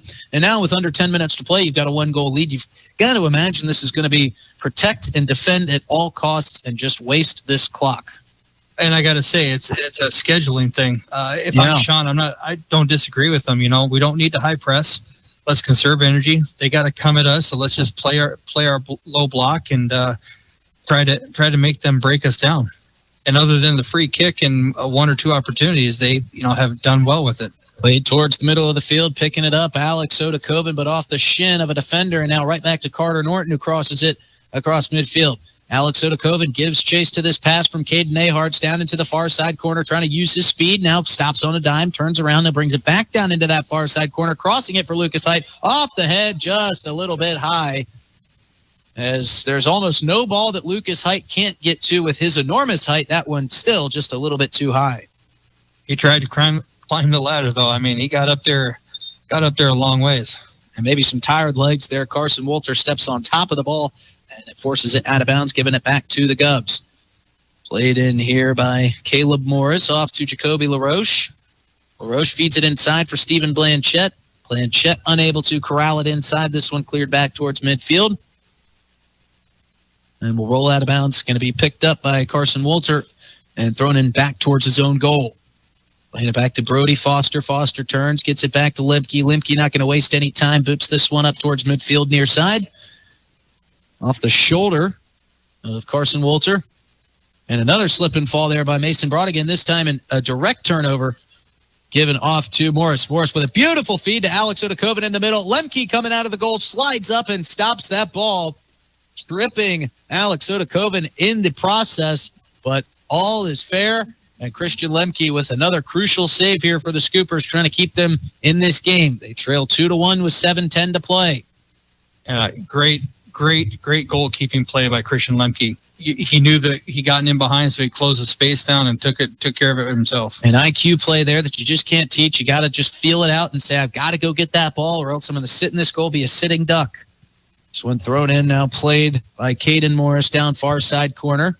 Played it forward to Carter Norton. This one was out of bounds initially, however. Going to go back to the Scoopers. Thrown in here. Looks like Dean Gebby threw that one in. It was Gebby. Gebby now working on the ball. Just a pure strike there from Caden Neyharts to take this one away. Plays it into the middle for Alex Odakoven. And Caden Neyharts wanted that outlet pass. Odakoven again working hard trying to get to it. Whistle blown. And now they're going to say this was they're going to say gained advantage by both of them were pushing, but they're going to say Sturgis gained an advantage with the push versus Pierre. LaRoche will take it out for the Gubs right at midfield, plays it forward to Norton. Norton feeds it down far side corner. Got Caden Neyharts who crosses it in the middle, and a header off the head of Alex Odakoven just goes a little bit wide. Lucas Height just trying to get to that one in time. It's going to roll off out behind the end line. But again, Alex Odakoven putting his head right in the way of the ball, almost got it deflected towards the net. As my U12s would scream, they hear me say it at practice all the time, diving header. Diving header. Played here at midfield, bounced up into the air. Sturgis desperately looking for the equalizer. 5:30 to play in the second half. Sturgis trails 1-2. It was all Gubs in the first half. It's been all Sturgis in the second half. And I think that was partially by design. Sean saw a close game. You know, like I said earlier, he's just playing a low block, conserve energy. We don't need to run and gun, especially with 2 more games after tonight. Ball bouncing around right here near midfield. Played back towards the midfield line by Height. Gives it off to Pertel Allegre. Pertel Allegre trying to work on Carson Wolter. Wolter wins that battle, but it goes out of bounds. They're going to give it back to the Govs. Javier Pertel Allegre, quick throw in, looking for Alex Odakoven. Down near side, working the sideline along a sewage drain there. Odakoven turns the corner, trying to get it back towards the middle. Nice middle pass, looking for Jacoby LaRoche, but just too far inside. Now played back towards the middle of the field. Booted forward by Weston Northrup. Back just outside of the box. Caden Neyharts climbing the ladder, trying to get to that one. Jacoby LaRoche takes down the loose ball. Jacoby LaRoche puts a shot on goal, bounces over the hands of Lemke and wide. Lucas Height tries to get a returning shot on goal, and now Odakoven in a battle on the turf with Christian Lemke. Odakoven comes up limping a bit. That was helter-skelter right in front of the net. Lemke finally got on top of the ball, but here come the Gubs with some more pressure, and it's stopped by a foul by Javier Pertel Allegre. And now you're starting to see the competitiveness come out. Sturgis knows there's a spot here that they can get a goal, so they're trying to push it. Pierre's trying to hold on, and they want to protect that lead on their home field. this last 3 minutes is going to be fun. You know, it's funny, in the girls and the boys games, it's just a matter of time. You just never know when it's going to come. The physicality starts playing. High kick into the sunlight. Leiferman fields it on one bounce. And, you know, you can't blame the Sturgis Scoopers there and Brody Foster for trying to put one on net. Leiferman is staring straight back into this South Dakota sun. Ball played here at midfield. Carter Norton trying to turn the corner, loses control. 3:30 to play in the game. Throwing ahead forward, bounced off the head of a Sturgis Scooper, played still through the air. And now taken away by the Govs, played here near side for Lucas Height, cutting across the middle. Caleb Morris wanting to find him as Lucas Height trying to find him here on the outlet pass, waiting patiently. Now Height just going to take it himself, pushed off the ball, and they're going to say no foul. Continue playing on. Caleb Morris now corrals it, turns it inside for Stephen Blanchette. Blanchette outside the box, plays it back to Jacoby LaRoche, who's pickpocketed there by Mason Brodigan, and they will bring it back towards midfield. Now turning the corner with it, Taylor Kalunga, bringing it up the far side. Working defensively on him is Carter Norton. A little bit of confusion at the far side of the field as to where that ball belongs to. It's going to say our head official says Gov's ball. Yep, 2 players going after it right there, and just, you know, it's a matter of deflections. Ball cleared out. Leiferman coming out of the box, coming near side just to field this one as Carson Walter was chasing after it.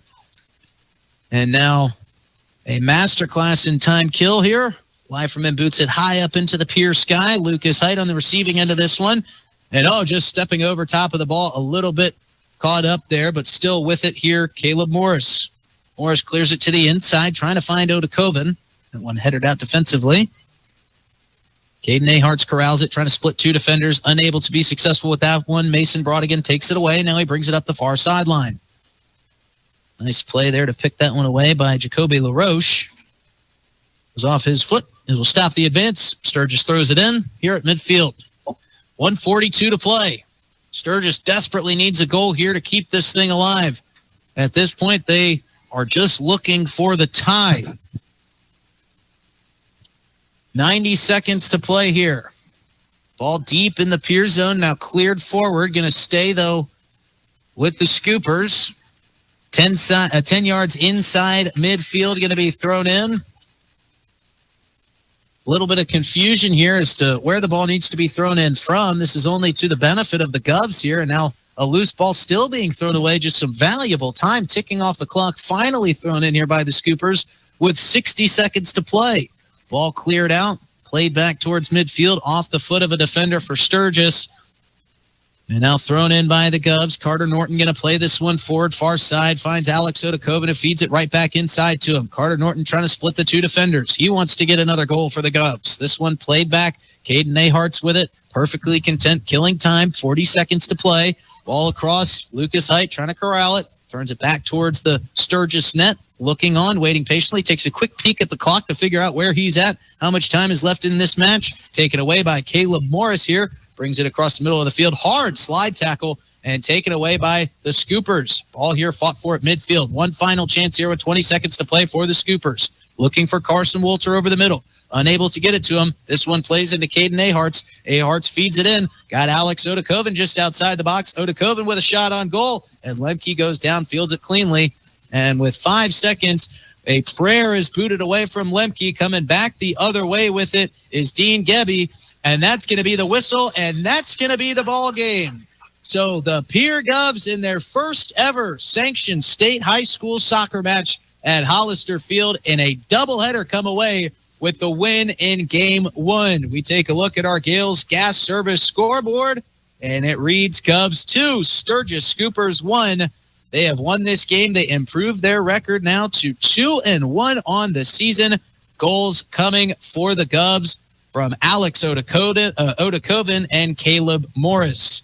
We will take a quick break right after this. We've got more of our Family Dental of Pierre and Gettysburg postgame show. This was Game 1 of our doubleheader here at Hollister Field of Govs Soccer on River 92.7.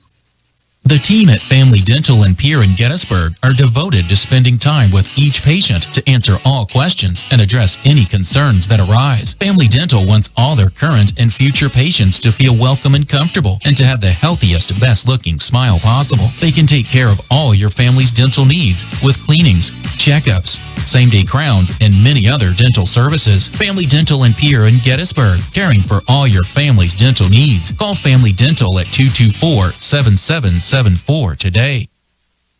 From the early days of South Dakota statehood through today's digital revolution, BankWest has remained committed to helping customers and communities succeed. BankWest Associates uphold this commitment by developing innovative products, tailoring financial solutions to customer needs, and actively supporting community causes. For a bank committed to helping you and your community prosper, choose BankWest. BankWest. Convenient, connected, committed. Member FDIC. Do you dream of a custom home built within your budget and done on time? Kruger Contracting can make that dream a reality. They're a trusted home builder since 2003, and they're going to be upfront and open about cost and transparent about where your money is going when it comes to your new home. Their skilled crew will manage construction of your new home from start to finish. They're located in Pierre and can build your home in Pierre, Fort Pierre, or the surrounding area. Call 605-222-2523. Visit KrugerContracting.com or find Kruger Contracting on Facebook.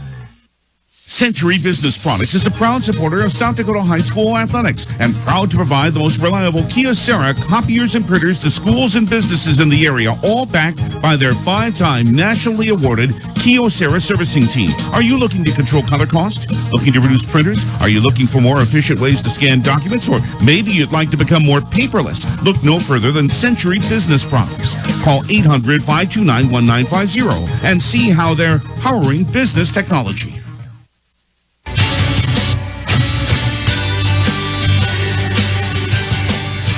Field 1 game set and match in game 1 of our doubleheader. The game 1 goes to the Pierre Govs boys team. Outstanding performance from them. Things got really interesting late there as we got a late goal from Ty Ferguson of the Sturgis Scoopers. An outstanding shot on goal from him after a beautiful feed inside from Taylor Kalunga. But our big play of the game, as always, is presented by our friends from Hermanson Endodontics. Quality comes first at Hermanson Endodontics. Dr. Brian Hermanson serves Central South Dakota with specialty root canal treatment. Hermanson Endodontics strives to provide treatment that's not only comfortable, but also provides the best possible outcome. They do this by effective and timely communication with your dentist and preserving as much healthy tooth as possible using state-of-the-art three-dimensional imaging and the dental operating microscope to guide diagnosis and treatment. Ask your dentist if a root canal specialist is right for you. Hermanson Endodontics in Pierre. As always, a great thanks to our friends at Hermanson Endodontics for sponsoring our big play of the game. And our big play of the game comes from our player of the game. It was a goal from Caleb Morris that we're still trying to figure out how he was able to aim that one in from far side, angling it in at a nearly an impossible angle, almost directly parallel with the end line, able to curve it around and get it over the top of the head of the Sturgis goalkeeper, Christian Lemke. Incredible goal, Chris. One of the better goals I've seen, especially thus far at this point in the season. It was a really nice goal, nice floater, exactly what you want to do. Put something on frame and see what happens. You're never going to score if you don't try to put it on frame, and it's exactly what he did. The wind helped with it blowing right into the face of the goalkeeper there, and those floaters, as a keeper, you just shake your head afterwards and go, how? Just how? And I'm sure that's what he's going to say later on.